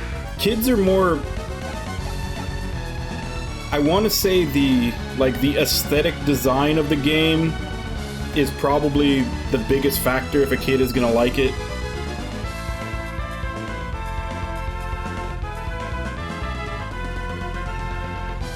No, but Pokemon is still, and that's what I was just saying, like, the number one thing that'll draw kids to a game is probably the aesthetic. And Pokemon is still, for lack of a better word, a game where you're catching, 200 or 300 different kinds of teddy bear. Like, the whole thing is you're catching cute monsters. A whole bunch of different kinds of cute monsters, and they'll find their favorites and they'll figure out how to make them strong, and they'll, like I said, if they come across something that's hard, they'll butt their head against it 500 times because kids are kind of stubborn that way. It's more than anything, it's adults that are more likely to do something 2 or 3 times and be like, I don't have time for this shit. Kids have time for that shit.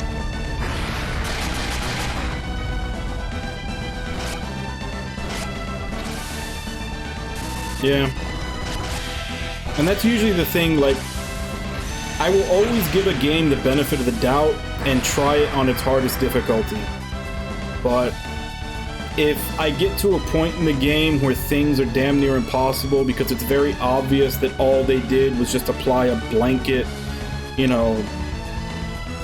we just increased the stats of all the enemies times 4 with no play testing, because you'll get to those fights where, and this is usually the one that does it, that I've noticed, is that there'll be a fight in the main game where one enemy hits particularly hard, and he's supposed to. Like, you'll find one enemy that just hits a lot harder than all the other ones, it's usually a boss. Sometimes they're even normal enemies. But it's on normal difficulty and below, it's manageable. And then when you go into hard mode, and everything just has a blanket multiplier on its stats, you just end up playing whack-a-mole when this enemy is just murdering your entire party, and all you're doing is reviving people while people are dying, and it's just the boss or the enemy playing whack-a-mole with your whole party. That's when it stops being fun. And those are the parts where it needs playtesting. Because if they can go through the normal game and be like, okay, we just apply this blanket modifier on everything, and it seems to make it harder but fair. Oh, but wait, we made that one enemy that hits particularly harder than everything else. It's overtuned to hit hard. We need to scale back the stat multiplier on that a little bit to make it, not the most annoying thing people have ever seen. And they don't do that.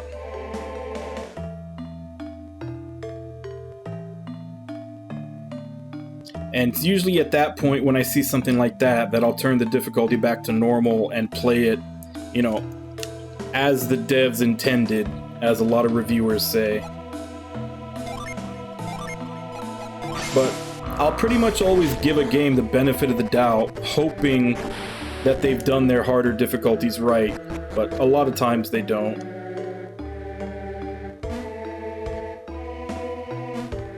Thankfully, we are now in the generation where it's no longer really a thing that you can't change difficulty on the fly. Like, the way I play would have been a problem, you know, a couple of generations ago, because you'd start on hard, you'd realize how unfair the hard difficulty is in how they just put that blanket multiplier on them, and then you'd have to start over from the beginning if you can't get past it, or just suffer through the rest of the game with that terrible design. But nowadays, pretty much every game that comes out, you can change difficulty on the fly, so it's not that big a deal. If you notice that they did a shitty job in raising difficulty, you can just turn it down and play the rest of the game like that from that point on.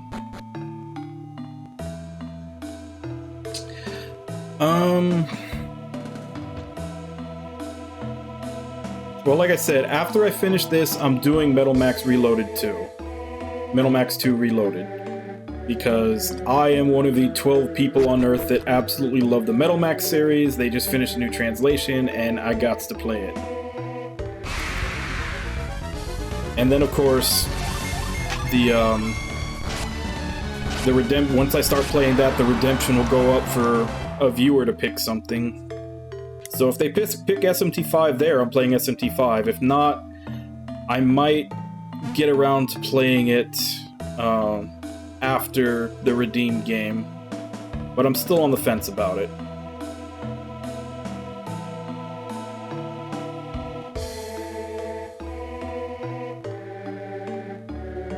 I'm not waiting for a port specifically, but I'm hoping that maybe there'll be like signs of or announcement that it'll be ported.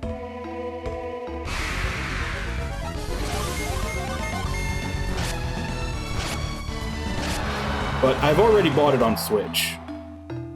So, like, waiting for a port after I've already bought the game basically just means I threw money into the trash.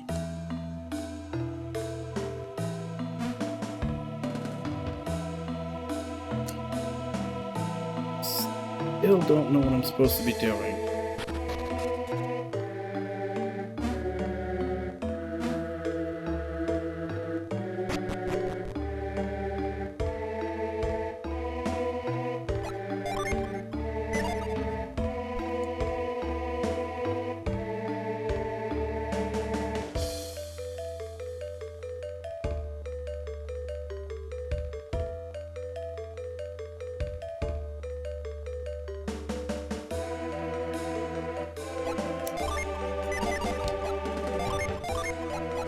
Okay, so I'm not supposed to go here.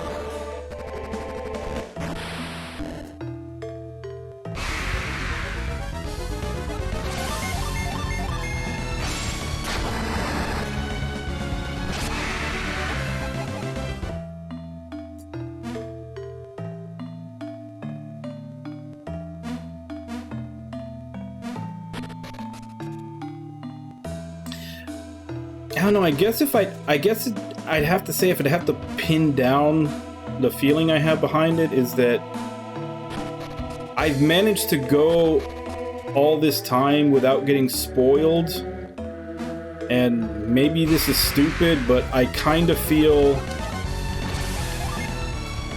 like most people have played it to their heart's like they've gone through their initial thing, like all the trolls that would try to ruin it for people have already kind of stopped. So I kind of almost feel safe in that I don't have to rush to play it just to not get spoiled anymore. If that makes any sense. Like, the period of time that people would want to ruin it for people has kind of already passed, and I've managed to not get spoiled. That's what I've heard. I don't know how much exaggeration is in that, but everybody keeps saying that there's no story to it.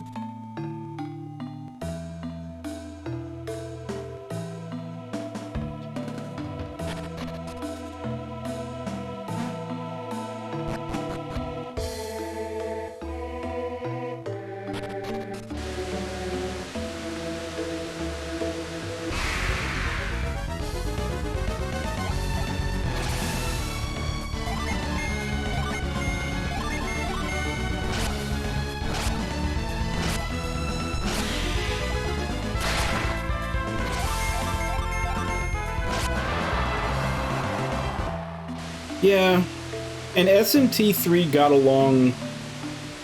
Honestly, SMT3 it kind of has this a lot of the same thing that like Bloodborne and Dark Souls and all them have. Like it gets along more on the atmosphere.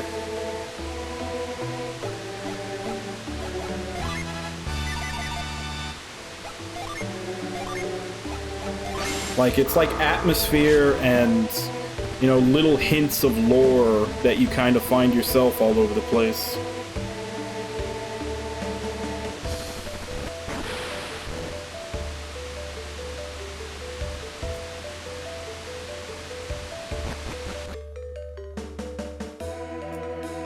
But, I mean, that's okay. If the gameplay is good, I'll enjoy it.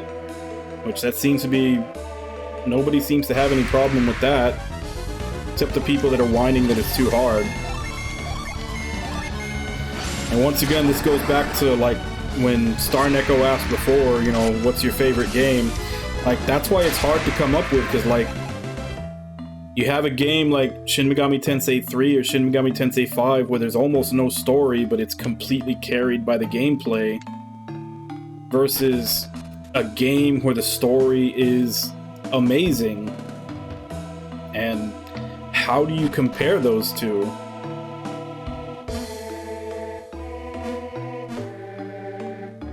Like that would have to be two different answers. And then there's definitely other categories of that too, like, you know, because even story splits into two different, usually two different categories. Like there's the narrative and then the characters. So one game could have an absolutely garbage paint-by-numbers plot, but really good characters that you love watching go through that garbage plot. Another one could have characters that are made out of cardboard, but the story, you know, has so many twists and turns, is so interesting that it keeps your attention. So even when you're talking about story, there's two different categories.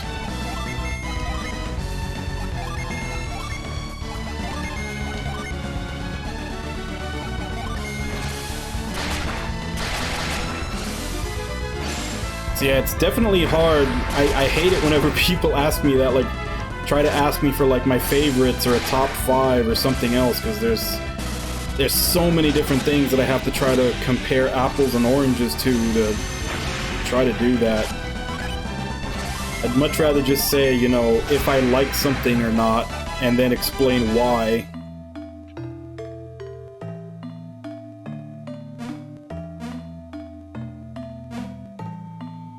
And even then, I know sometimes I'm a little lenient, because I generally do try to find something to like in almost everything I play.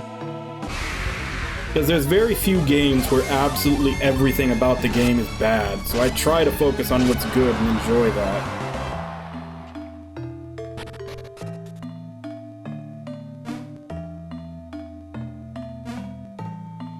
Although there are some series that I have a bias against, not gonna lie.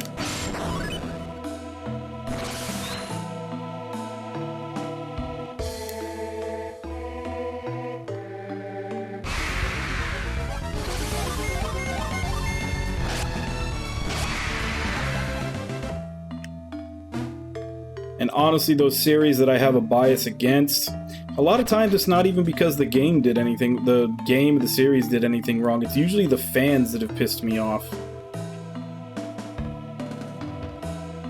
Yeah, well, you definitely can't judge retro stuff by modern standards.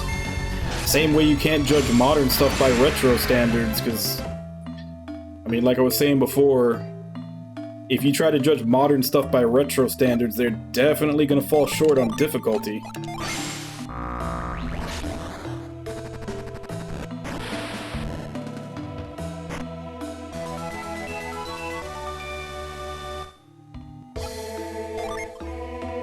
I have a lot. that's definitely a personal problem of mine, is that because I'm very much in the community, like in the JRPG community. I kind of immerse myself in it a lot. Like I'm always looking for news, I'm always on the Reddits, I'm always, you know, kind of trying to know everything that goes on in the JRPG community. So, yeah, I run into a lot of the fan bases. And when a fan base is completely obnoxious, it does affect my view of the series sometimes.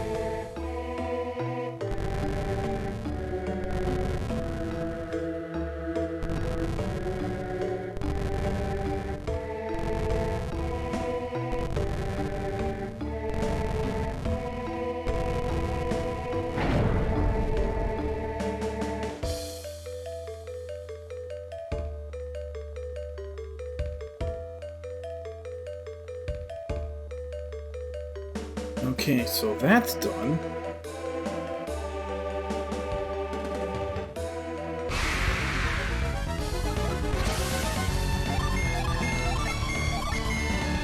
So how do we move the other one?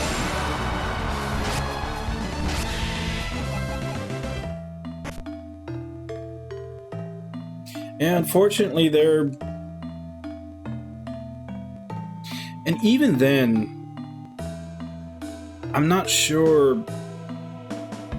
Like, they're both AAA, don't get me wrong. But there's still a big divide in money between some of the games that Square Enix puts out and the games that Bamco puts out. Like, there's a big divide in money. There's like Square Enix level spending, and then every other AAA developer. Like SE goes hard spending money. Which, and granted, this is I do have a little bit of a bias towards Square Enix, with Square Enix games, not so much for the fan base. It's kind of the same problem that I have with with blockbuster movies. In that, it's that question of like, how did you spend $500 million on this and you couldn't get a writer that didn't have his head up his ass? Like, I have no sympathy towards a game that spends millions upon millions of dollars being made and yet has an absolute garbage story. Like, hiring a good writer would probably still be the cheapest part of making that game, and you couldn't do it.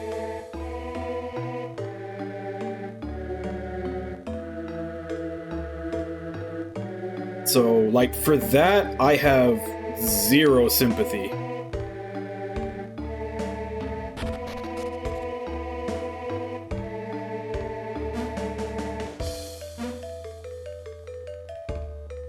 I think you know which one.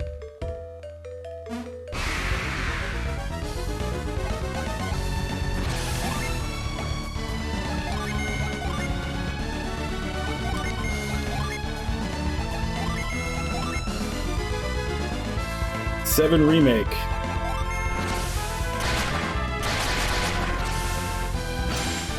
Probably, but I haven't played any of the Kingdom Hearts. I can only go off of secondhand knowledge from that. But like I said, for 7 Remake, I think I said it while I was playing it, like, everything that was from the original Final Fantasy VII, they elevated because the story was already written. So all the scenes that were in the original game, like, they added to them. They upped the, like, the cinematography, and they put cinematography to them. They redid the music to make it better. They added little bits here and there to flesh them out more. And every scene that was in the original Final Fantasy VII was elevated in Final Fantasy VII Remake. Now, every scene that was put into that game from scratch that wasn't in the original Final Fantasy VII was fucking stupid. And I don't just mean that in the, like, I don't like the changes. I mean, it was just didn't make any sense. Like, the characters would suddenly 180 on their personalities and do shit they wouldn't normally do.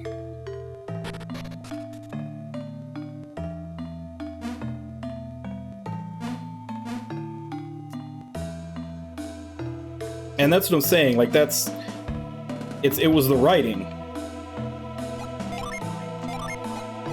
Everything else about that game was great because they put, like, everything else you can just throw money at to get it to work. I mean, a writer is either good or bad. You can't throw more money at a writer to make them write better. No, you don't have to have a one-to-one remake, but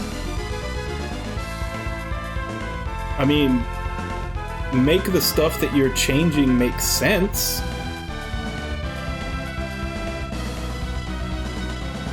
Like that whole scene, like, you know, one of the first ones, that whole scene where they have Aerith and Cloud, you know, in the church cathedral before the Harry Potter Dementors show up, where they just have him climbing over the walls on top of the Turks and they can't see him. And remember, these Turks are supposed to be elite agents. That's how they keep portraying them. Yet you've got this guy climbing over the walls for a good 15-20 minutes, and they're not supposed to notice that. And then the whole haha Barrett is dead for 1.5 minutes, but we brought him back fake out that they literally did only so they could show in a trailer to make people think Barrett was gonna die. Like, what's the point of killing off a character for 30 seconds? It's like you get a cheap, oh my god, that goes absolutely nowhere.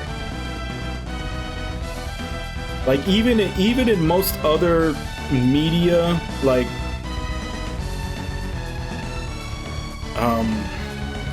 I'm losing my train of thought here. Oh shit, I need to go on my break. I guess I'll finish this thought and then I'll go. Like, even in a lot of other stuff, like anime or comic books or anything, where characters die all the time, and you know they're gonna come back, it at least causes an inconvenience in the story. Like, you know, say, like, the big bad, strong, you know, superpowered whatever comes to Earth, and they kill off Superman. Well, everybody fucking knows Superman's not gonna stay dead. They know he's gonna come back. He's their cash cow. Like, you can't kill Superman. But you then have, you know, storyline where everybody is struggling with how to hold off this enemy, or maybe even they don't hold off the enemy and they're all, you know, living in secrecy underground on the run trying to survive because they can't take out this enemy. You have this period of time where definite change takes place because of the loss of that character, even though you know that character is coming back. So killing a character for 30 seconds means absolutely nothing, because it didn't do anything to the story.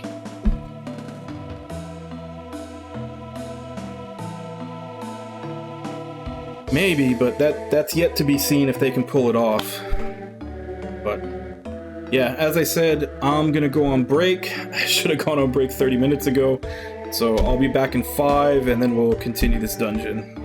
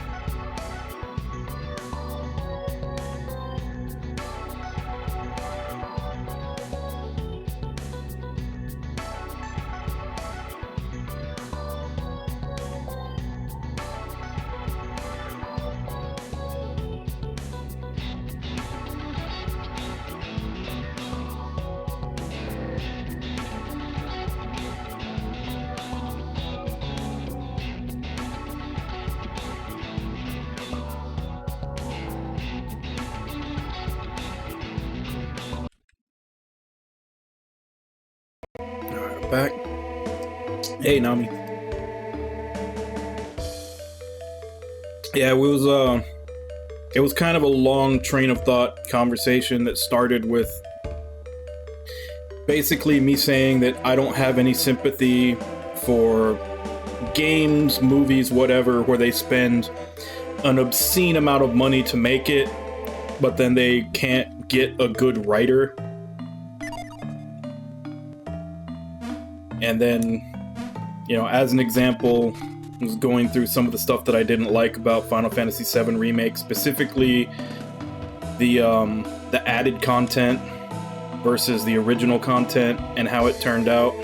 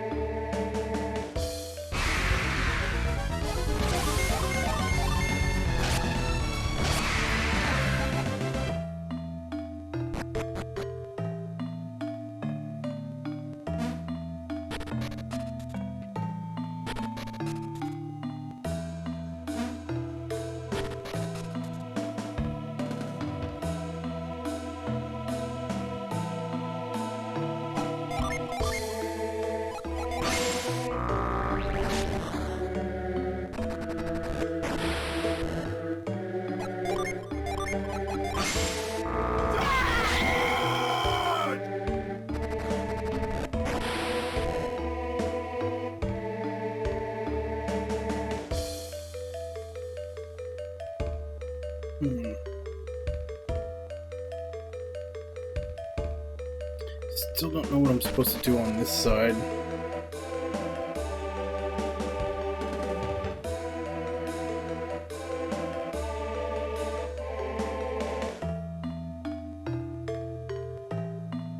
Nope, there's no Piccolo in Golden Sun.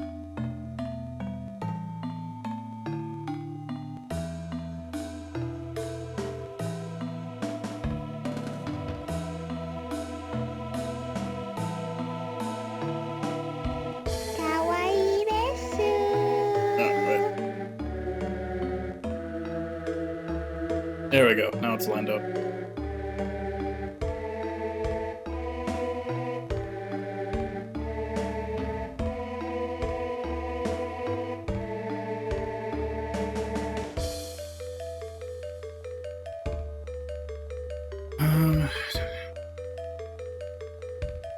Looking through the FAQ right now. I'm trying to figure out where I am and what I've already done.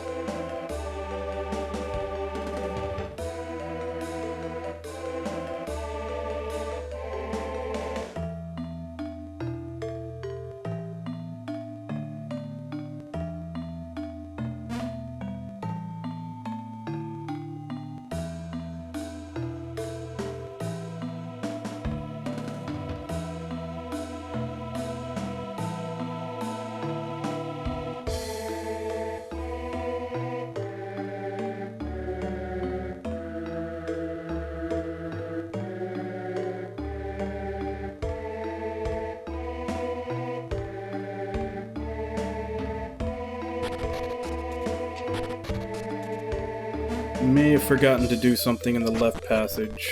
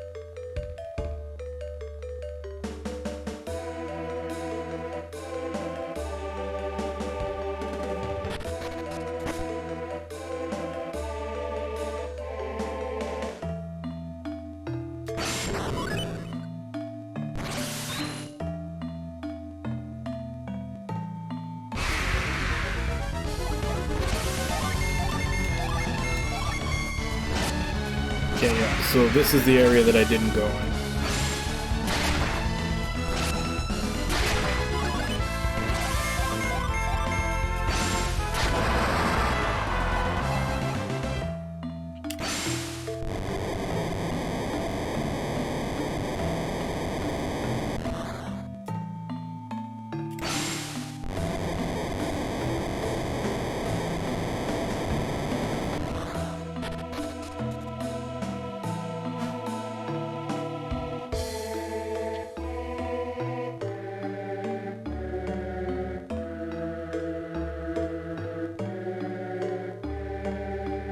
Okay.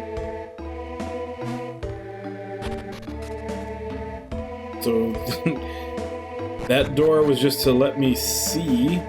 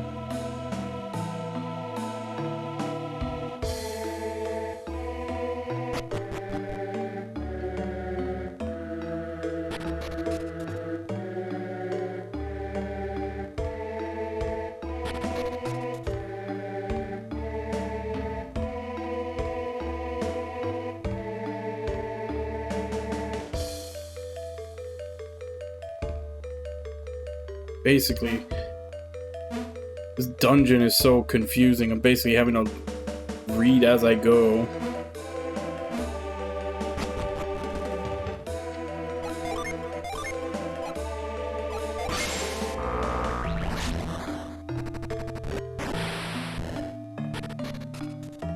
Just entirely too many paths in this dungeon.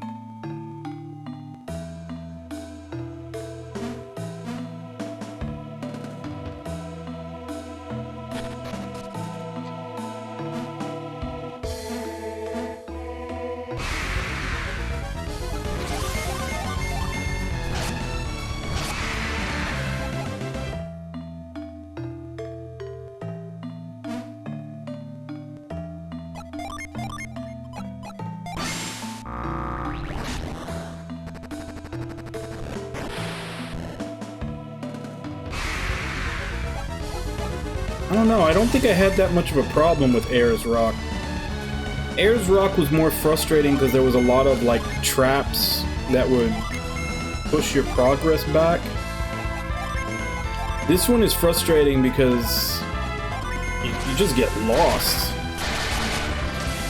Like, there's so many paths that when you're trying to look for, you know, every room has so many exits to it that you're constantly having to go through the whole damn dungeon to try to find the one path that you can progress through.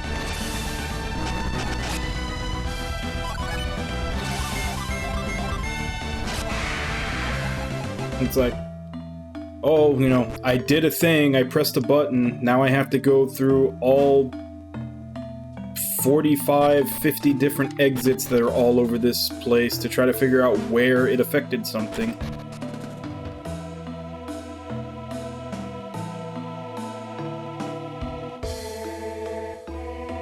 Still brings me back to this.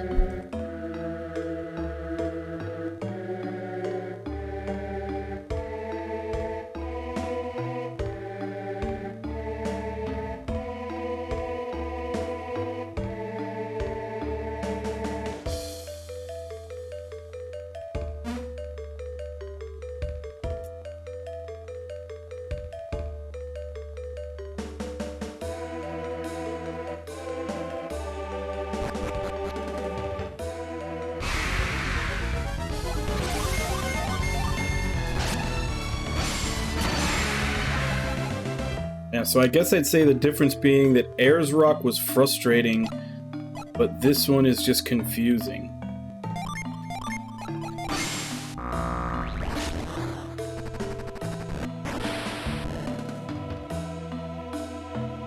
Okay. So now I'm somewhere I haven't been yet.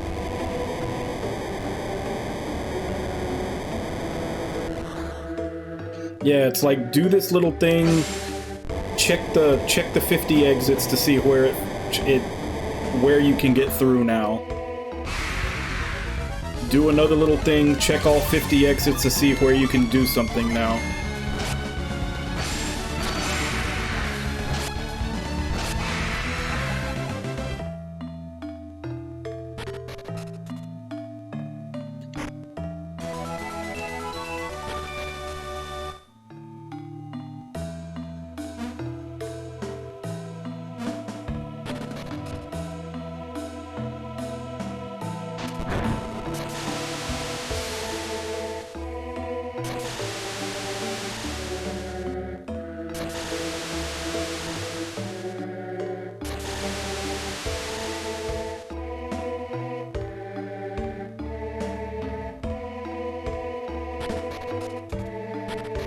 Okay, so I've got limited steps to get over there. The steps are time.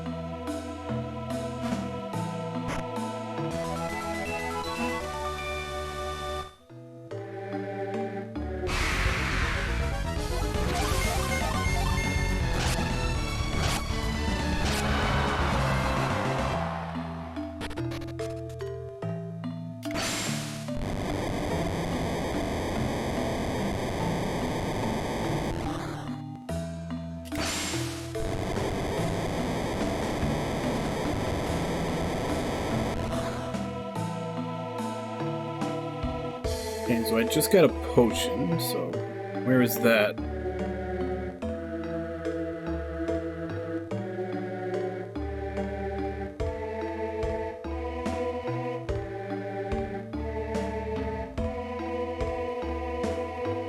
Okay, so I'm there. 2 paragraphs left in this. So at least if I get lost, it shouldn't be too hard to find out where I am, since there's only a little bit left.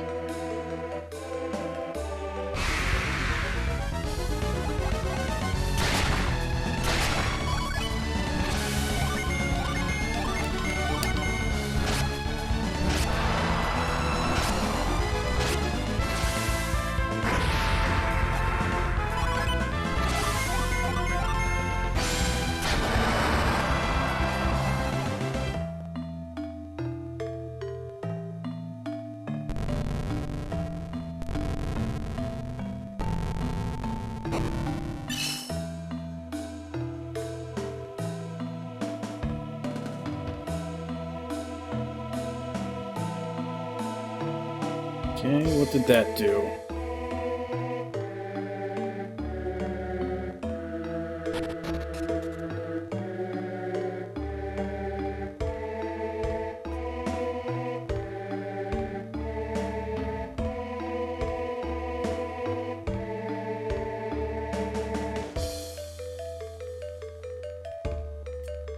So I need to go back to where I'm standing in front of that statue that I just finished.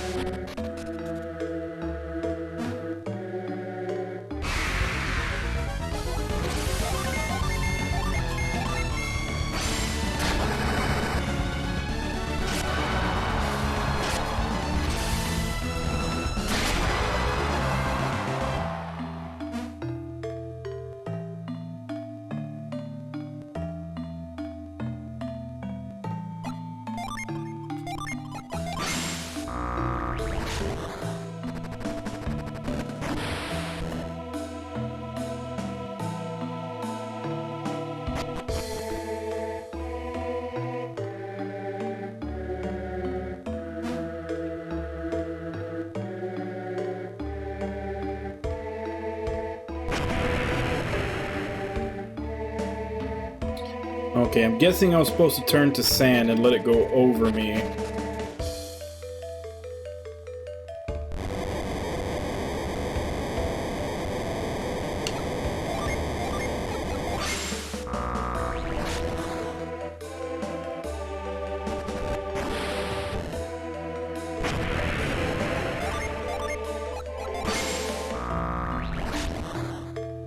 See, that's what I'm saying.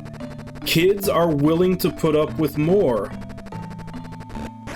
It's when you get older and you become an adult that you have less patience. That's why I don't get dumbing down or making games easier and saying you're doing it for kids. Kids will put up with it.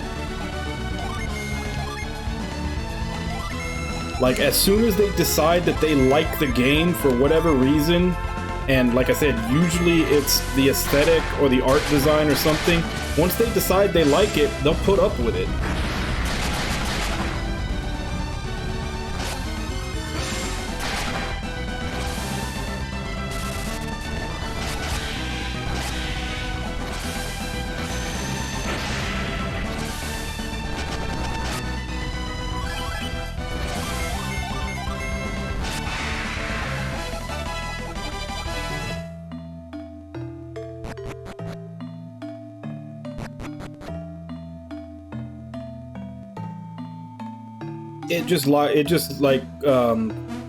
Well, it happened to me before. That's how I realized I had to do that.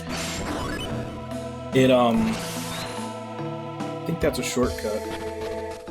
It just blocks the path so you can't get anywhere. Like, it pushes you all the way down and blocks the path up. What am I supposed to do here?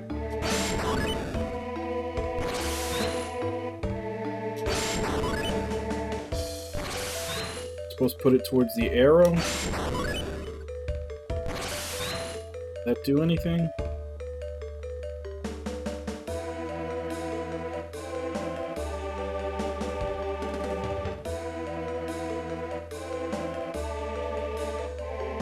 Oh, okay.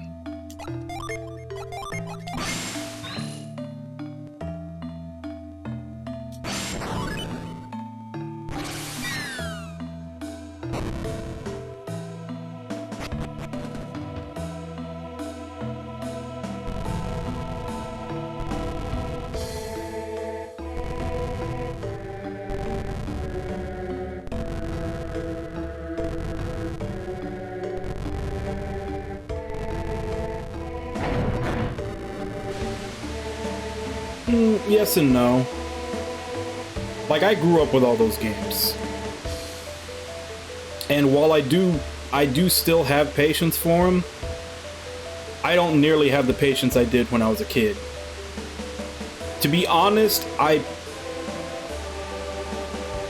probably would have like, if it weren't for, a lot of times, if it weren't for the fact that I'm actually streaming and I have you guys to talk to, and also you guys are here watching me, I probably would, like, at the very least, take a break.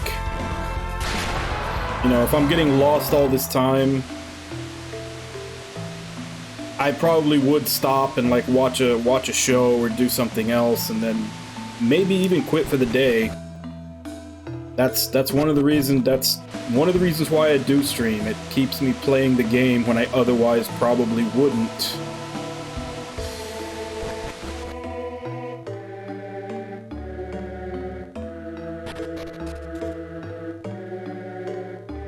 Okay, did that.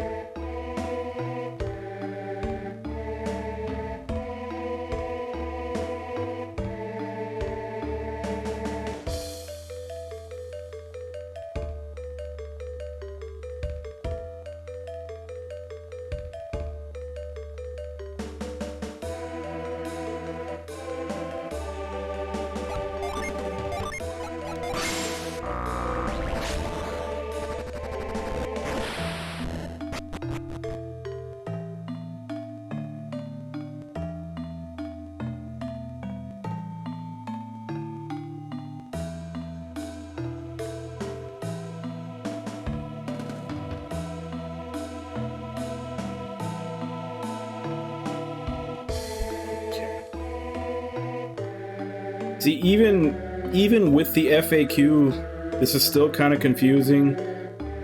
Because it's not like it's giving you directions for everything.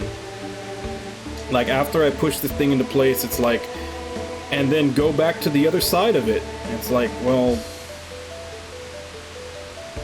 you know, this thing has so many different, you know, different paths in it. What if I don't remember how to get to the other side of it?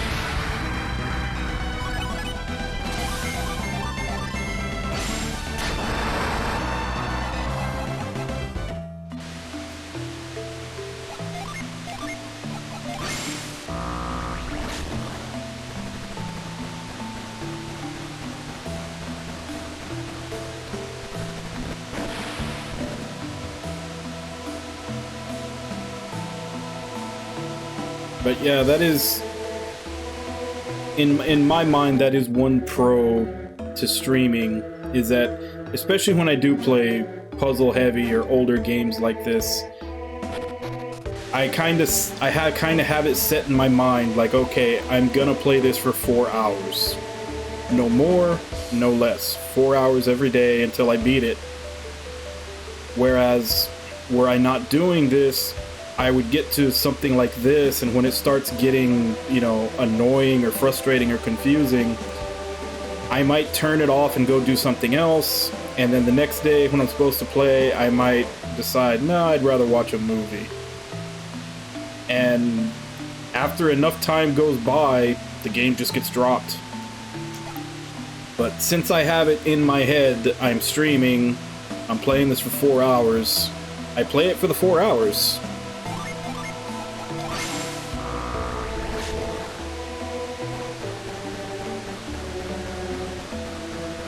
And it kind of helps me get over the humps of games that would probably normally either get me to stop or probably take a long time to get through them because I procrastinate it because I'm not having fun.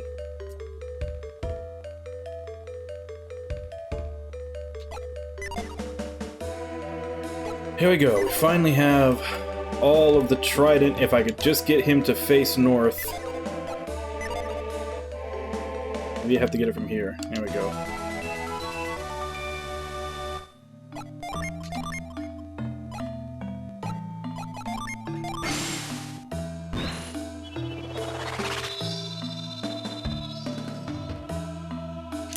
So, like I said, in that sense, there is definitely a big difference in my patience from when I was a kid. Because when I was a kid, I definitely did have that, you know, I'm not going to let this thing beat me mentality, like you said.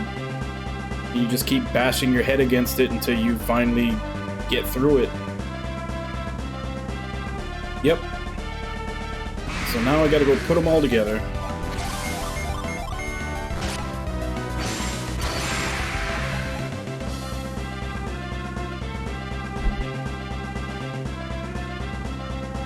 Uh-oh.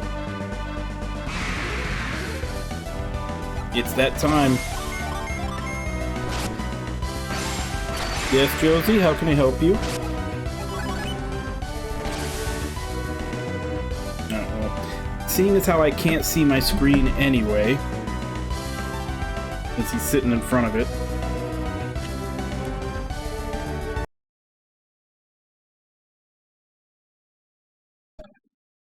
Alright, come on.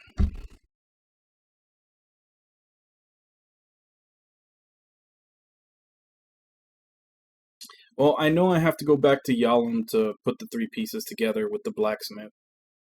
And then after that, I have to go to the Sea of Time.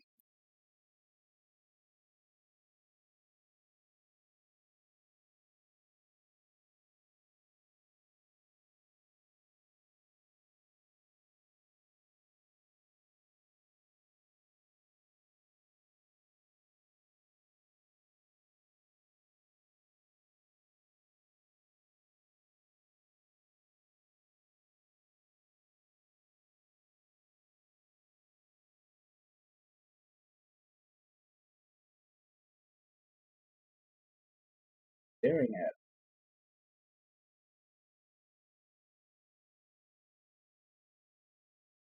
You see a fly or something?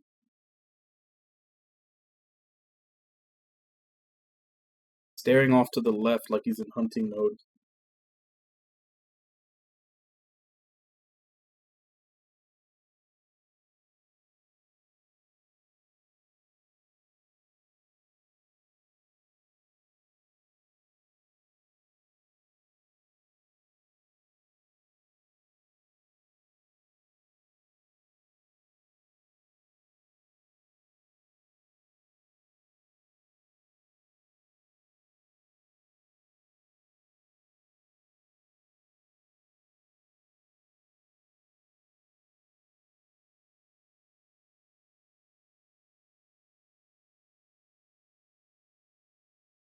Want attention, or do you want to go chase something?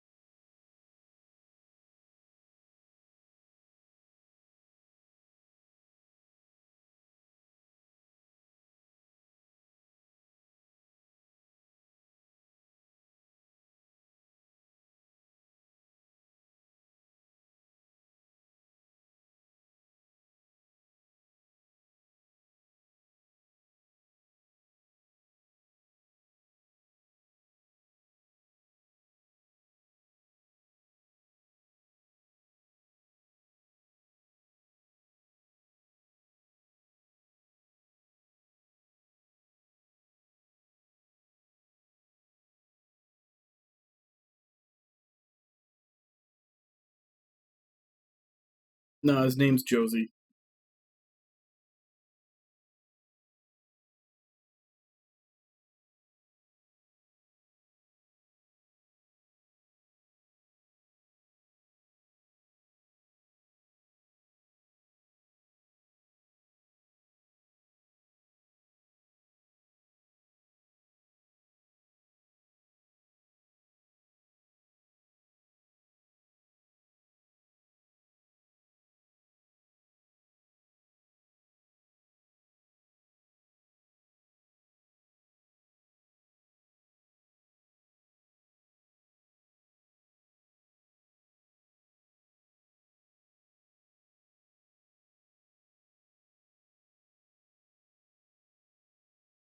What do you see?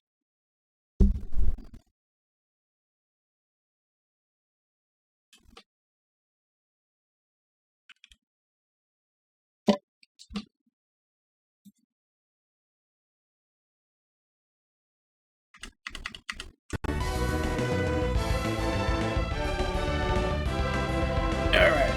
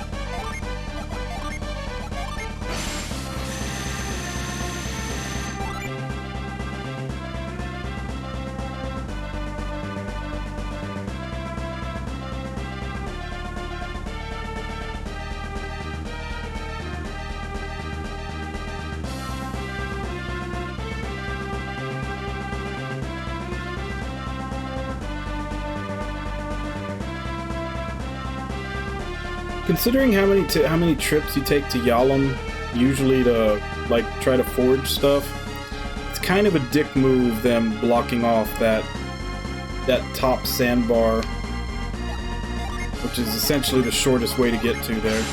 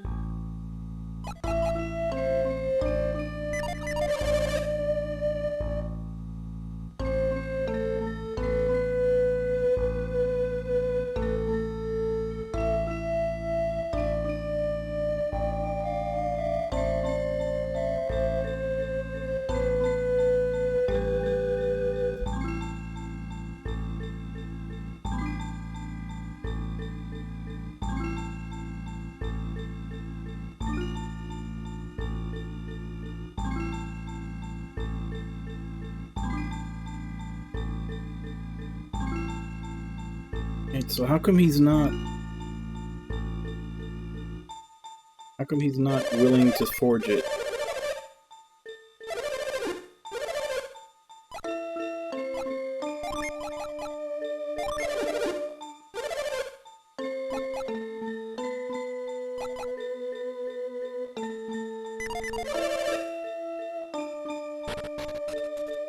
I guess there's other stuff we have to do here. Maybe we have to do that first.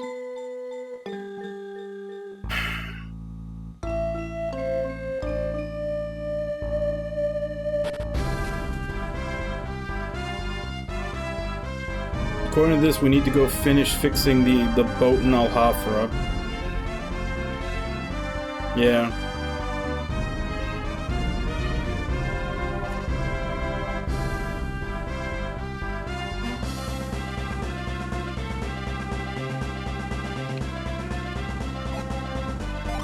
It's just like, ever since we got the boat, this game has been horrible at letting you know what to do. I honestly don't know how you're supposed to figure this stuff out without an FAQ. Other than just going to absolutely every location to see if there's anything you can do.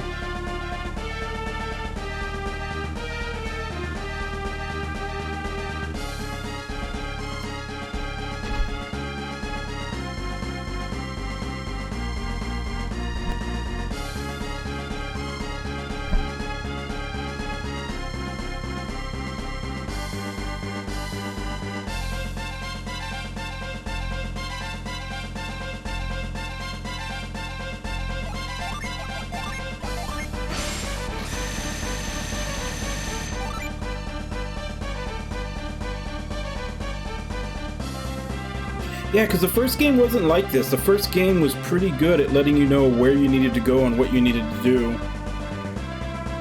This one is just like, it was doing that, kind of.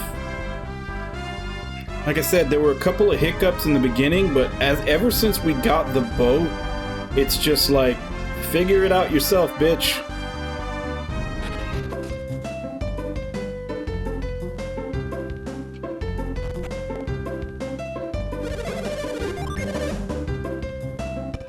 Like, granted, I haven't been talking to every single NPC in every town I've been going to, but there's been, like, no direction on what to do, or even in what order to do it, or where it happens.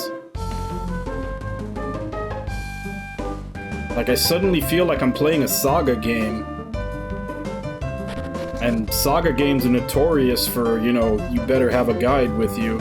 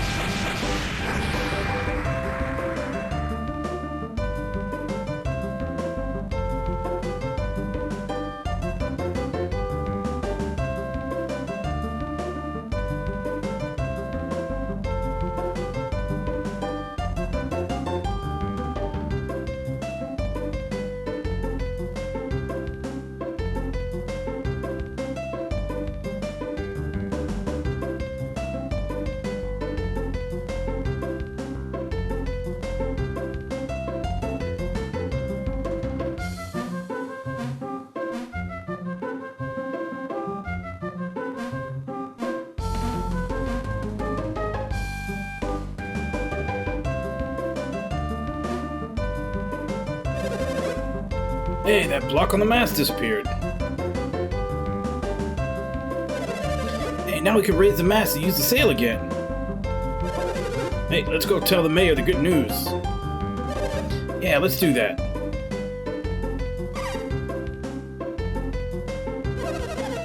What is it, Iolio? What are you so excited about? It's true, the block that was pinning the mast down is gone. You were the ones who did it, weren't you? Yep. I knew you would do it someday. Still, Briggs will be pleased when he hears about this. Well then, let's go tell him.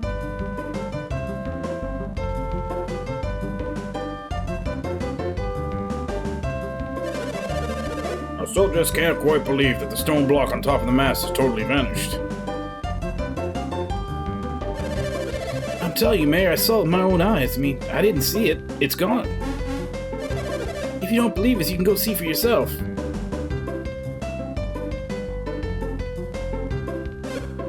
Huh? What? Oh, hey. It's gone. That huge block is really gone. Excellent news, Mayor.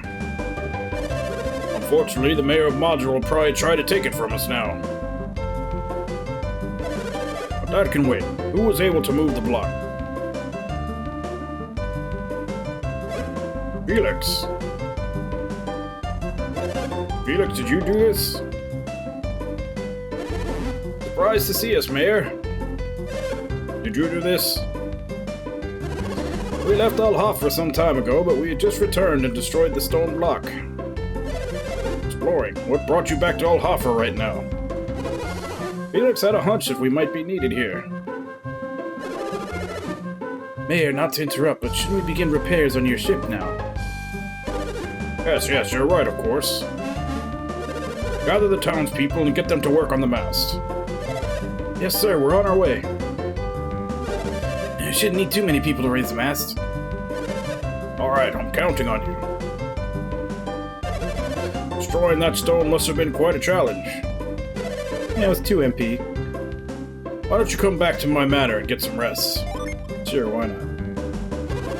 You're too kind, Mayor. We'd be happy to.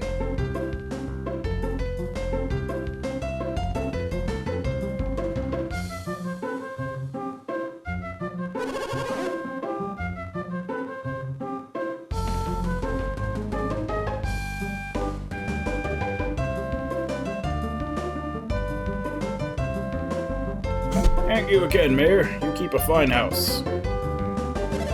Don't be silly. You've done us a great deed. It was the least I could do. Even if he gets the boat fixed, I don't think he's going to hand it over to Mantra. I agree. He's being way too nice for me not to be a little suspicious of him. I'm sorry. Did you girls have something you'd like to share with us? I see.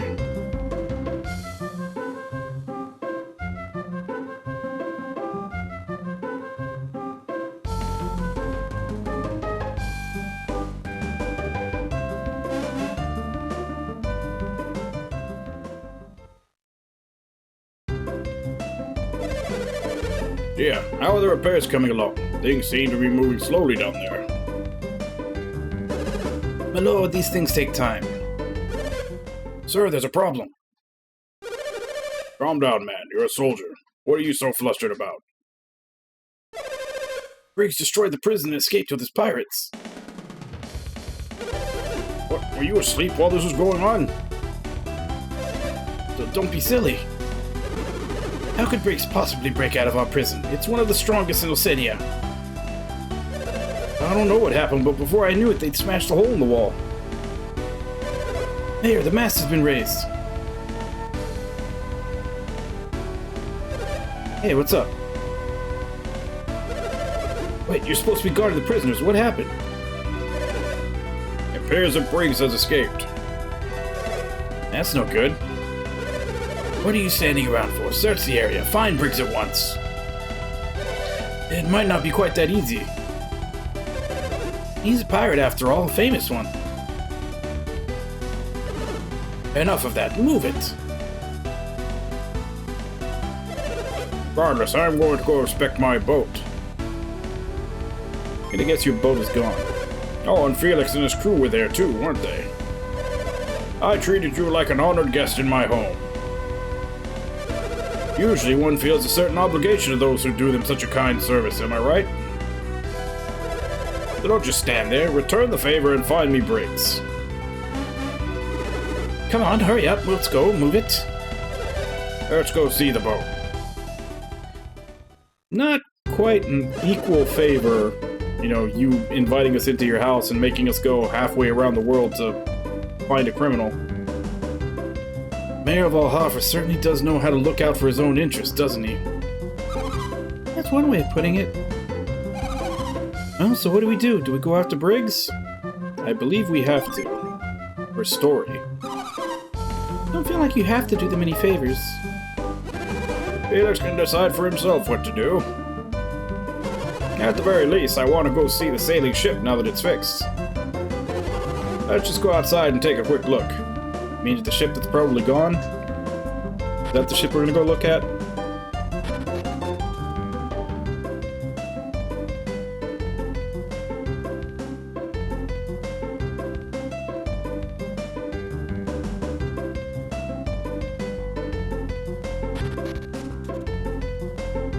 Hey, look, no ship.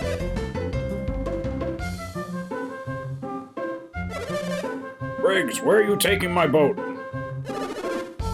It's attempting to steal it. Thief, thief. Do you call me a thief?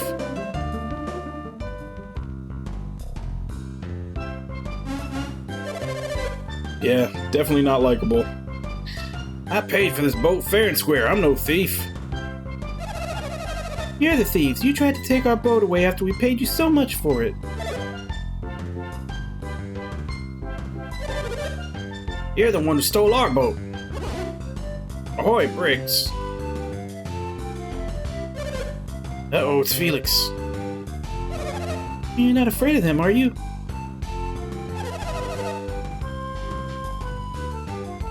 Look how far away they are. There's no way they can catch us now.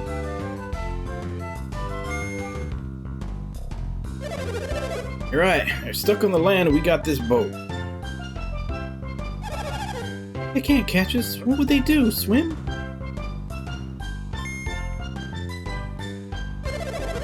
You're right. They can't board us from way over there. Wasn't there something you wanted to do the next time you saw Felix? Don't tell me you forgot. It's all you ever talked about when you were in jail. Oh yeah, almost forgot. Now's your chance. Do what you swore to do.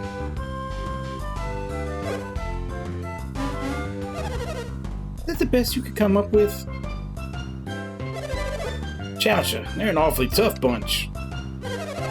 It's that attitude right there. That's why you'll never amount to anything.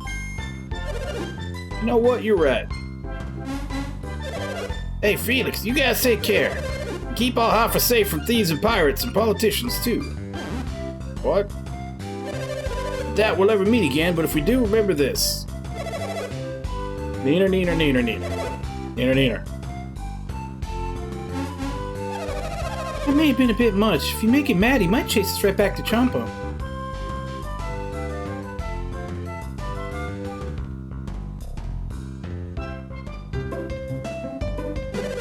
What? You let Briggs get away? You and your friends talk a good game, but when trouble happens, where are you? Oh, isn't this a fine mess? My prize ship stolen by a bunch of filthy pirate scum.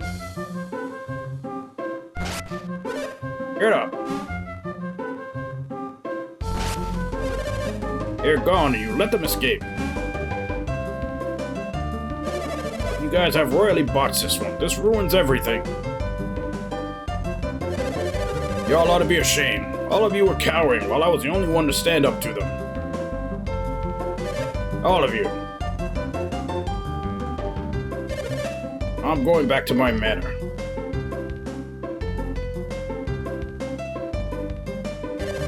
And you, Felix, I am extremely disappointed in you.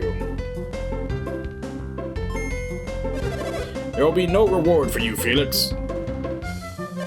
You let that brig steal my ship. You're lucky I don't lock you up in his stead. I've had just enough of this. Don't just stand there with your mouth gaping. Get out of here. They don't have a boat, so there's no reason for anyone to be here at the port. Return to town.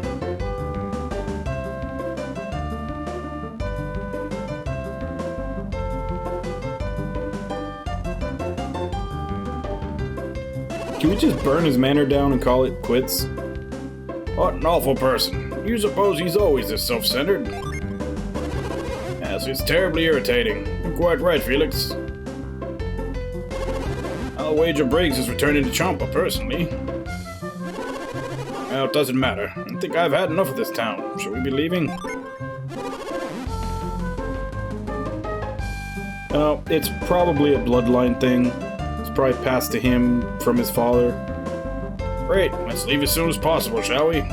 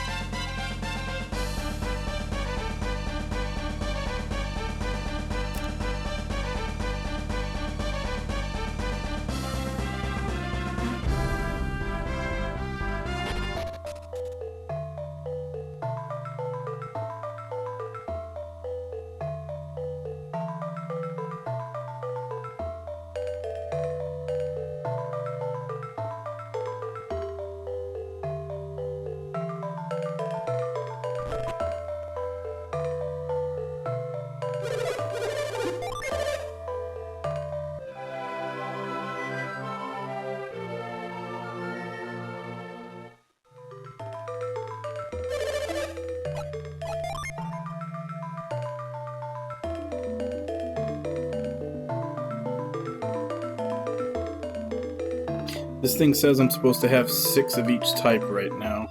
I'm missing one.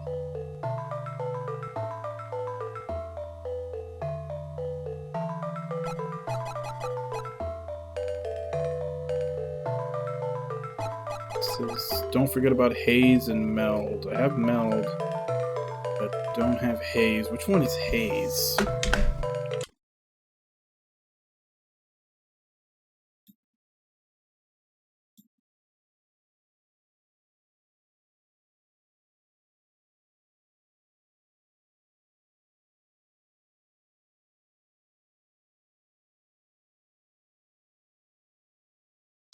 Oh, right. Yeah, that's the one on Apogee Island that I needed sand to get to. Yeah, I need to go back and get him.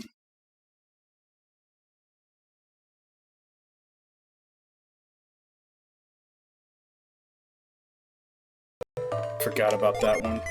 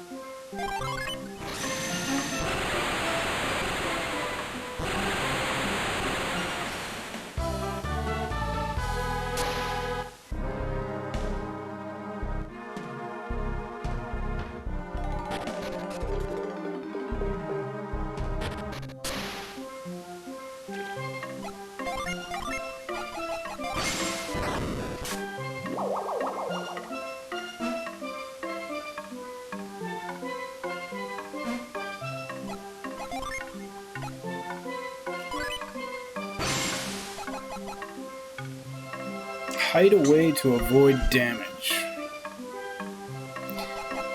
Alright, so yeah, everybody's got 6. That's apparently all the Jinn we can get until we go into the Sea of Time. It looked to go to Lemuria.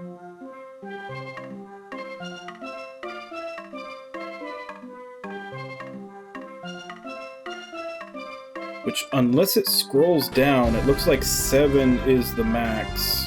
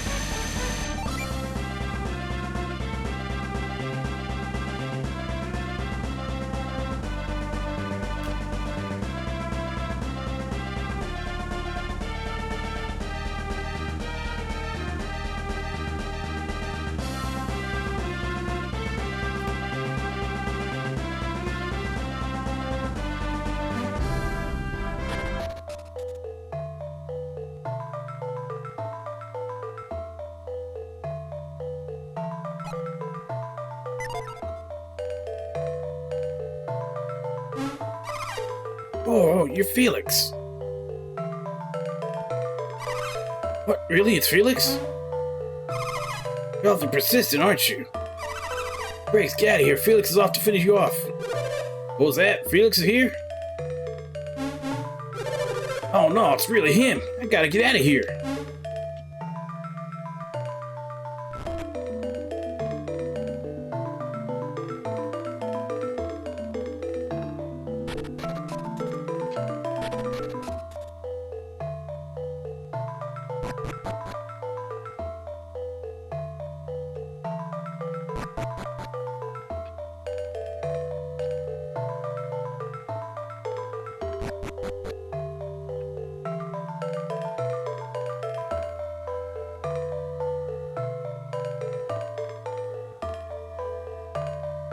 Well, Jigs, how do you want your body buried, cremated?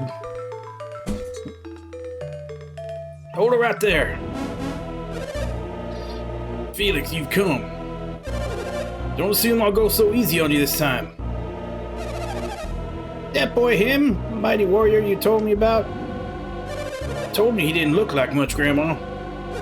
Weren't you even listening to me? All you told me is that his name is Felix and that he is a mighty warrior. Doesn't look like the sort of person who's interested in stealing our jewels, though. That's not the point, Grandma. If you don't destroy him now, he's going to take me far away and you won't ever see me again. Oh, now he doesn't look like the kind of boy who would do that. If he takes me away, poor Iolio will be so sad. What do you say about that, huh? I can't help if you're dead, Jigs. What's the actual problem?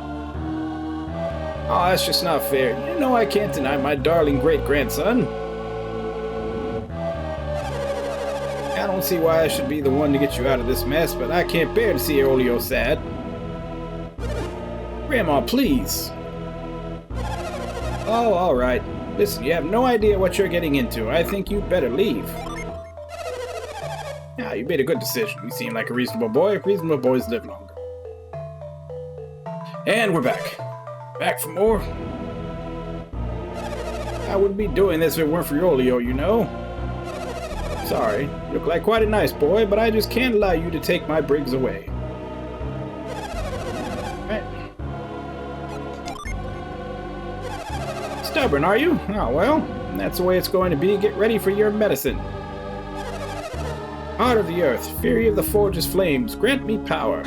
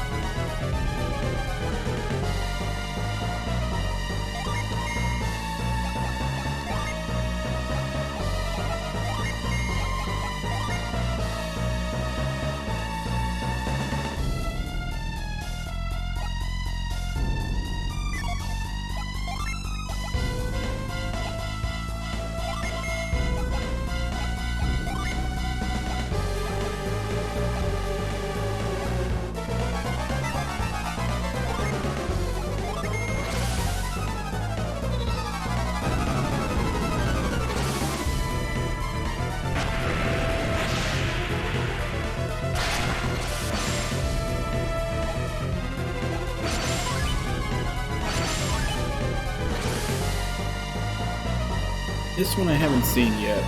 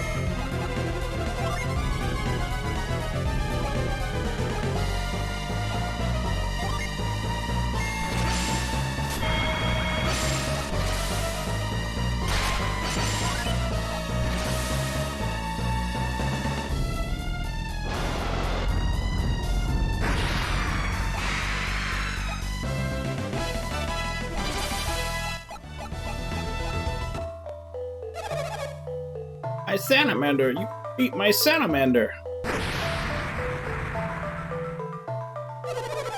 thought he was unbeatable. How could this be? How'd you do that? What are you? Grandma, what's going on? I thought you were going to protect me. What do you mean? What am I doing? I've done everything I can. Grandma, he's going to take me away. He's a bad guy. You have to do something. I'm sorry, Briggs, but you have to fight him yourself. What? Heard me? I'm through pampering you. You have to get out of this yourself. But Grandma, look at him. I mean, look what he can do. I know, dear, but there's nothing I can do to help. You don't want him to take you away, do you? But what about poor Olio? All right. Excuse me, there seems to be a small misunderstanding. Yeah, I don't like standing here listening to a pirate call us the bad guys. Pirate? Hi, Briggs. He stole a ship from Alhafra and escaped from their jail. A ship we helped fix. Briggs, is this true? Oh, Grandma, We should tell you, we're not here to take Briggs back to Alhafra. Or you've decided you don't want to run errands for the mayor of Alhafra. Hell no. Good, that greedy bag of hot air can do his own dirty work for all I care. Briggs, piracy? Why? Grandma, it's not what you think. These guys, they... Briggs, you just hush up. It all makes sense now. The gems, the food, your absence. What do you mean? What makes sense? You're telling the truth. And you, Briggs, you've been lying to me this whole time. Grandma can actually run pretty well for her age. Going to take their word over your own grandsons? You got that right. I should have known better than to believe you, you scoundrel. He only did it for Champa. Chowcha.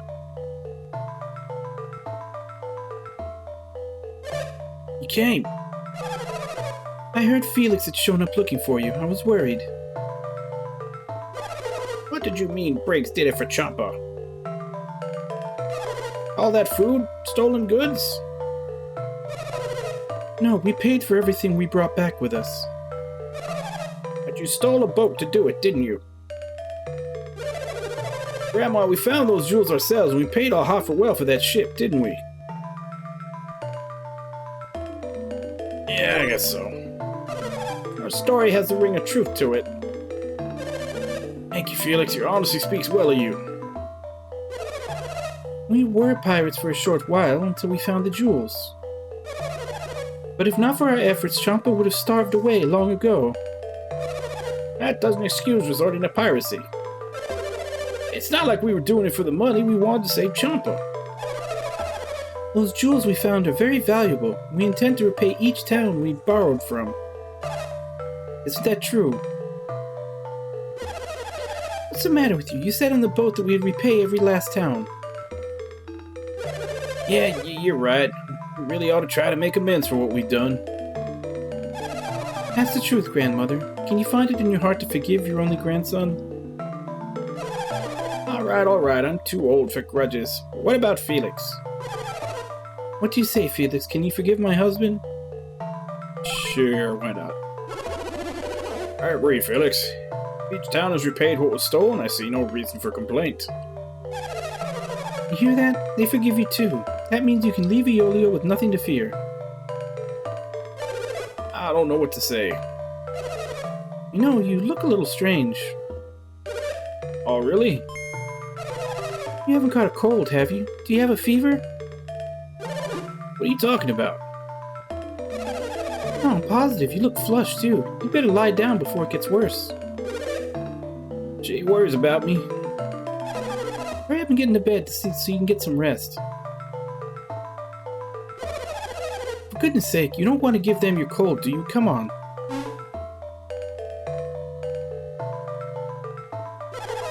What brings you to Champa? And you didn't come here to catch Briggs, from what I gathered. Ah, well, to be young and foolish again. If you ever need to consult with me on any number of subjects, you're welcome any time.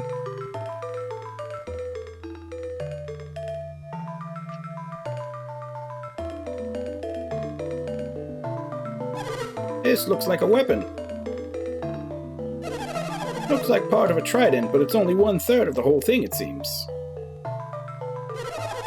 Could it be? Is this the legendary Trident of Angkor? I'll hold on to this for you. It won't do you any good like this, and I'll keep it safe here.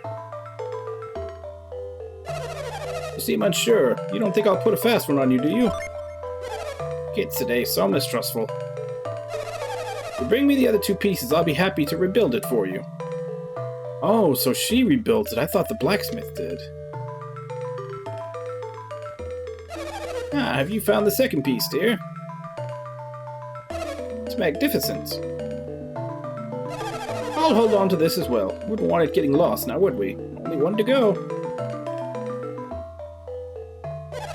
Well done. You found all 3 pieces of the trident. That means I can begin work reforging the ancient Trident of Angkor at last.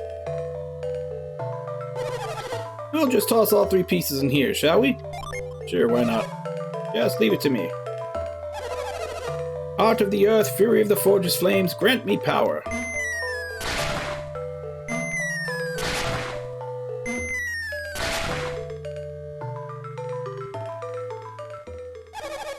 That's funny, nothing happened.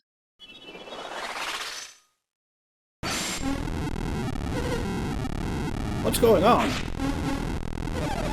Something's happening. Is that the legendary Trident?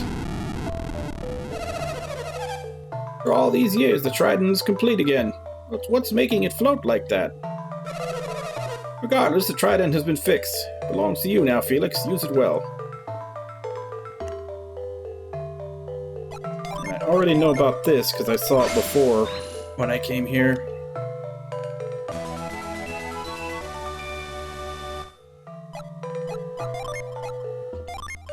Can it actually be used as a weapon, though?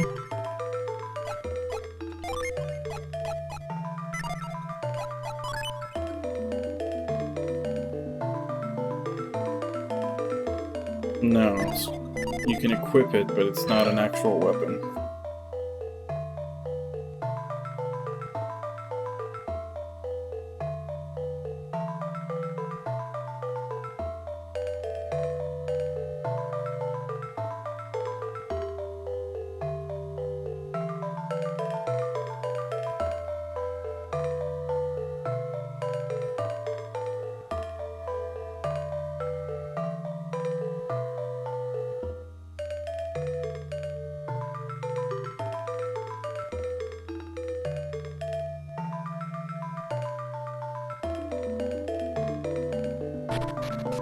Okay, so now we need to go to the Sea of Time.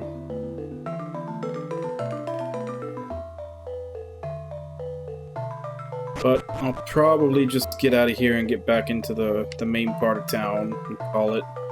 We got about 5 minutes left to the end of stream. I thought we'd get to the Sea of Time today, but it looks like it's not going to be till tomorrow.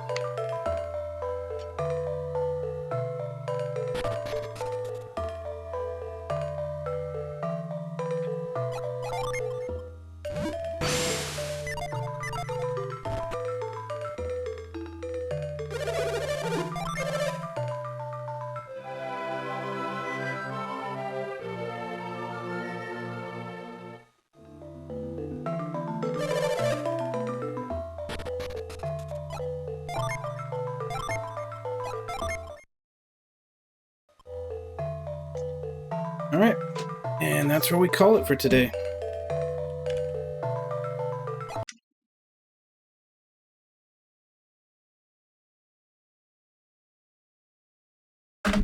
So yeah, we got all the Trident, we got it put together. Now we just have to go through the Sea of Time. That'll take us to Lemuria. Who knows how long that'll take. But just going by the table of contents on the FAQ, we're at 10, like section 10 out of 17. So we're slightly past the halfway point of the game. Which means this actually is quite a bit longer than the first one. I thought it was only a bit longer than the first one. This actually seems like it's going to be like probably double the length. Maybe even triple. Let's check that. How long does it take? How long to beat?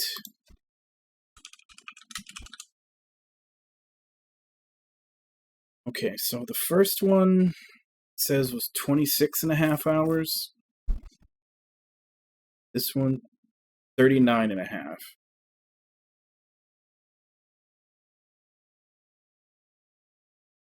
So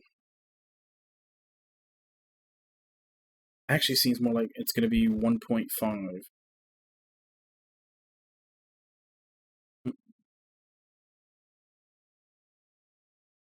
But we've gotten this far, and still no sign of Isaac and his party.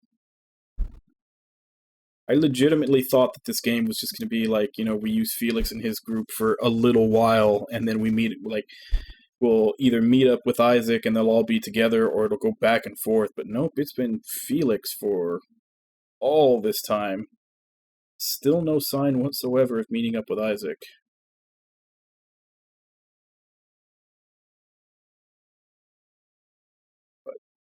Anyway, we'll continue this tomorrow, same time, 2 a.m. Central Standard Time.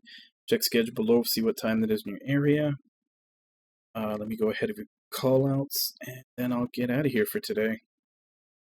So, Jigs, Renji, Ragna, Nami, Kirby, Starneko,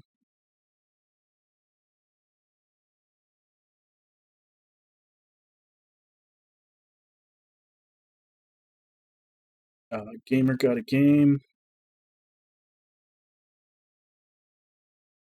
I've already forgotten if I said Nami, but if I hadn't, Nami was here. Thank you all for coming in and chatting with me while I play. Thank you, Gamer Got a Game, for the raid. And thank you, anybody else who may have been lurking and watching. As I said, we'll continue with this tomorrow, same time, 2 a.m. Central Standard Time. As for right now, let me see if I can find someone to raid. I'll see you tomorrow, Jigs, or later on in the Discord.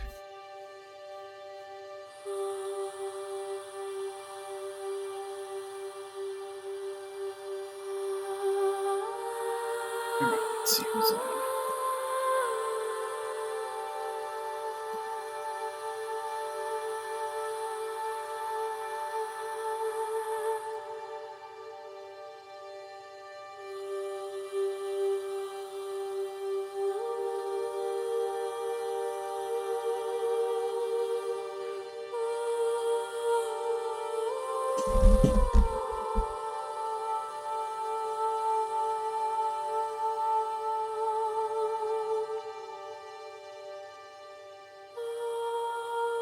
Huh.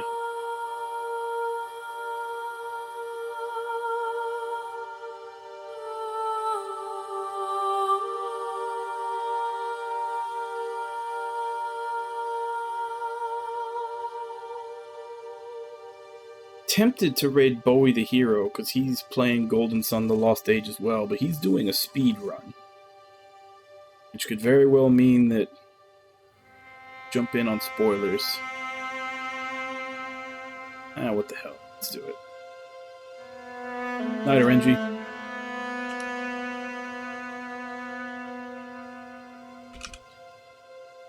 So, as per usual, let's go ahead and jump in, say hi.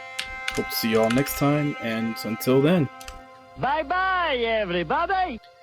Alright, and obviously he's doing a speed run of the game, so I am probably going to duck out pretty quickly, so I don't get spoiled, because it probably won't take him very long to get up to and past where I'm at right now. Go ahead and start the raid.